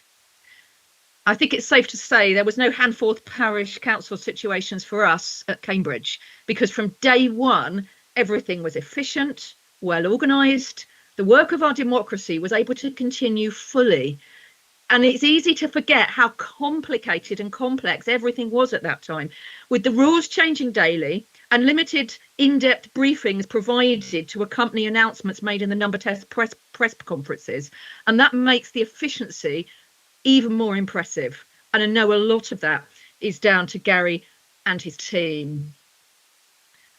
Secondly, as many of you know, Councillor Todd Jones and I care for my immunocompromised mum. And that means we've had to continue to take additional precautions after the rest of the world has gone back to some level of normality.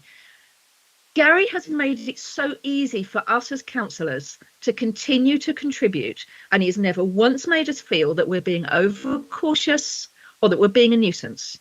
His commitment to accessibility in this and in all other things is quite frankly exemplary. Thirdly, and I have 4 points to make, Gary is so on it. Now, I knew as a leader, if there was an issue, he'd spotted it and come up with a suggestive solution for it well before any of the rest of us had noticed that issue at all. Now, some members of the chamber may recall a recent story in the press of a council elsewhere in the country when nobody noticed that a councillor who had been unwell straight after her return from maternity leave had come up against the 6-month rule. And as a result, she was automatically removed as a councillor. I cannot imagine a situation where that would have happened in Cambridge with Gary at the helm. Nor can I imagine a question that Gary doesn't know the answer to, or at least can't find the answer to for us. Fourthly and finally, Gary does all this whilst maintaining an impression of being calm and cheerful at all times. When he picks up the phone to me, it's always a cheery, "Oh, hello, Councillor Smith, what can I do for you?" I think I've seen him look mildly annoyed once.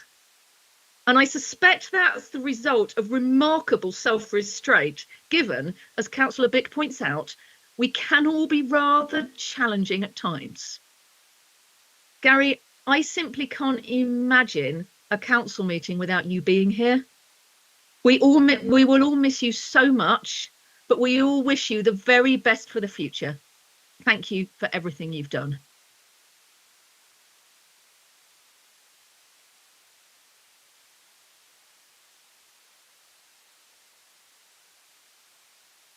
Well, I've just been told that we're keeping people too late, but Councillor Davey. Thank you. Is that a reminder? No, it's not a reprimand to you. I shall be, as many of us often say, I shall be brief. Can I start? When I found out about Gary's departure, I was enormously sad, I've got to be honest. I was delighted that a new part of Gary's life is about to start. It's quite interesting in talking to people. As one of your colleagues said, Gary, when discussing it, you're the linchpin that holds this council together.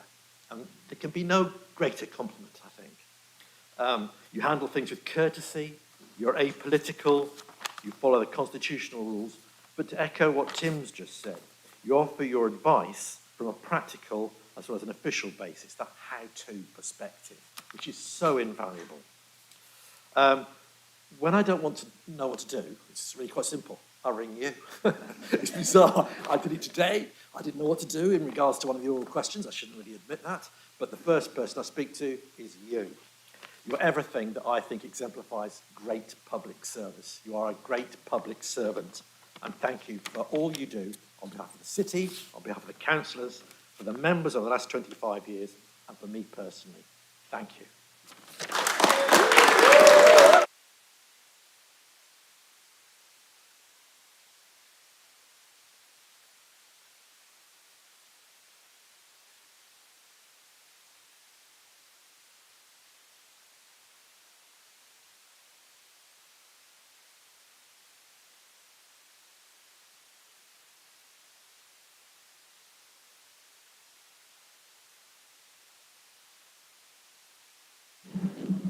I have been passed another note, and I did say we were just going to stick to 4. I'm going to have to take some advice here. Okay, right. So I think that concludes this meeting. And as I say, thank you very much, Gary. And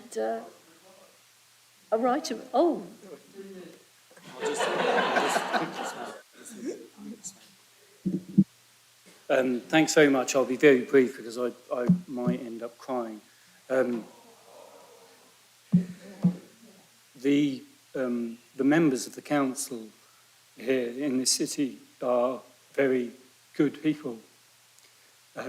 It makes our life easier when the people in this chamber work well together and respect each other and listen to each other.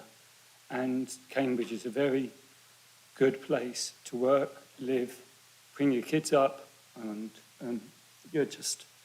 it's a good place. Long may it continue. Thank you very much.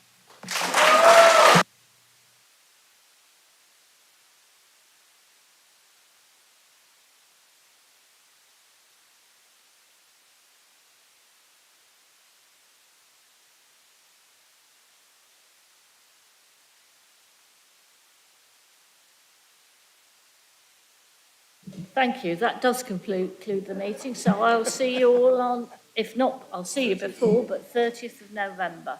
Thank you.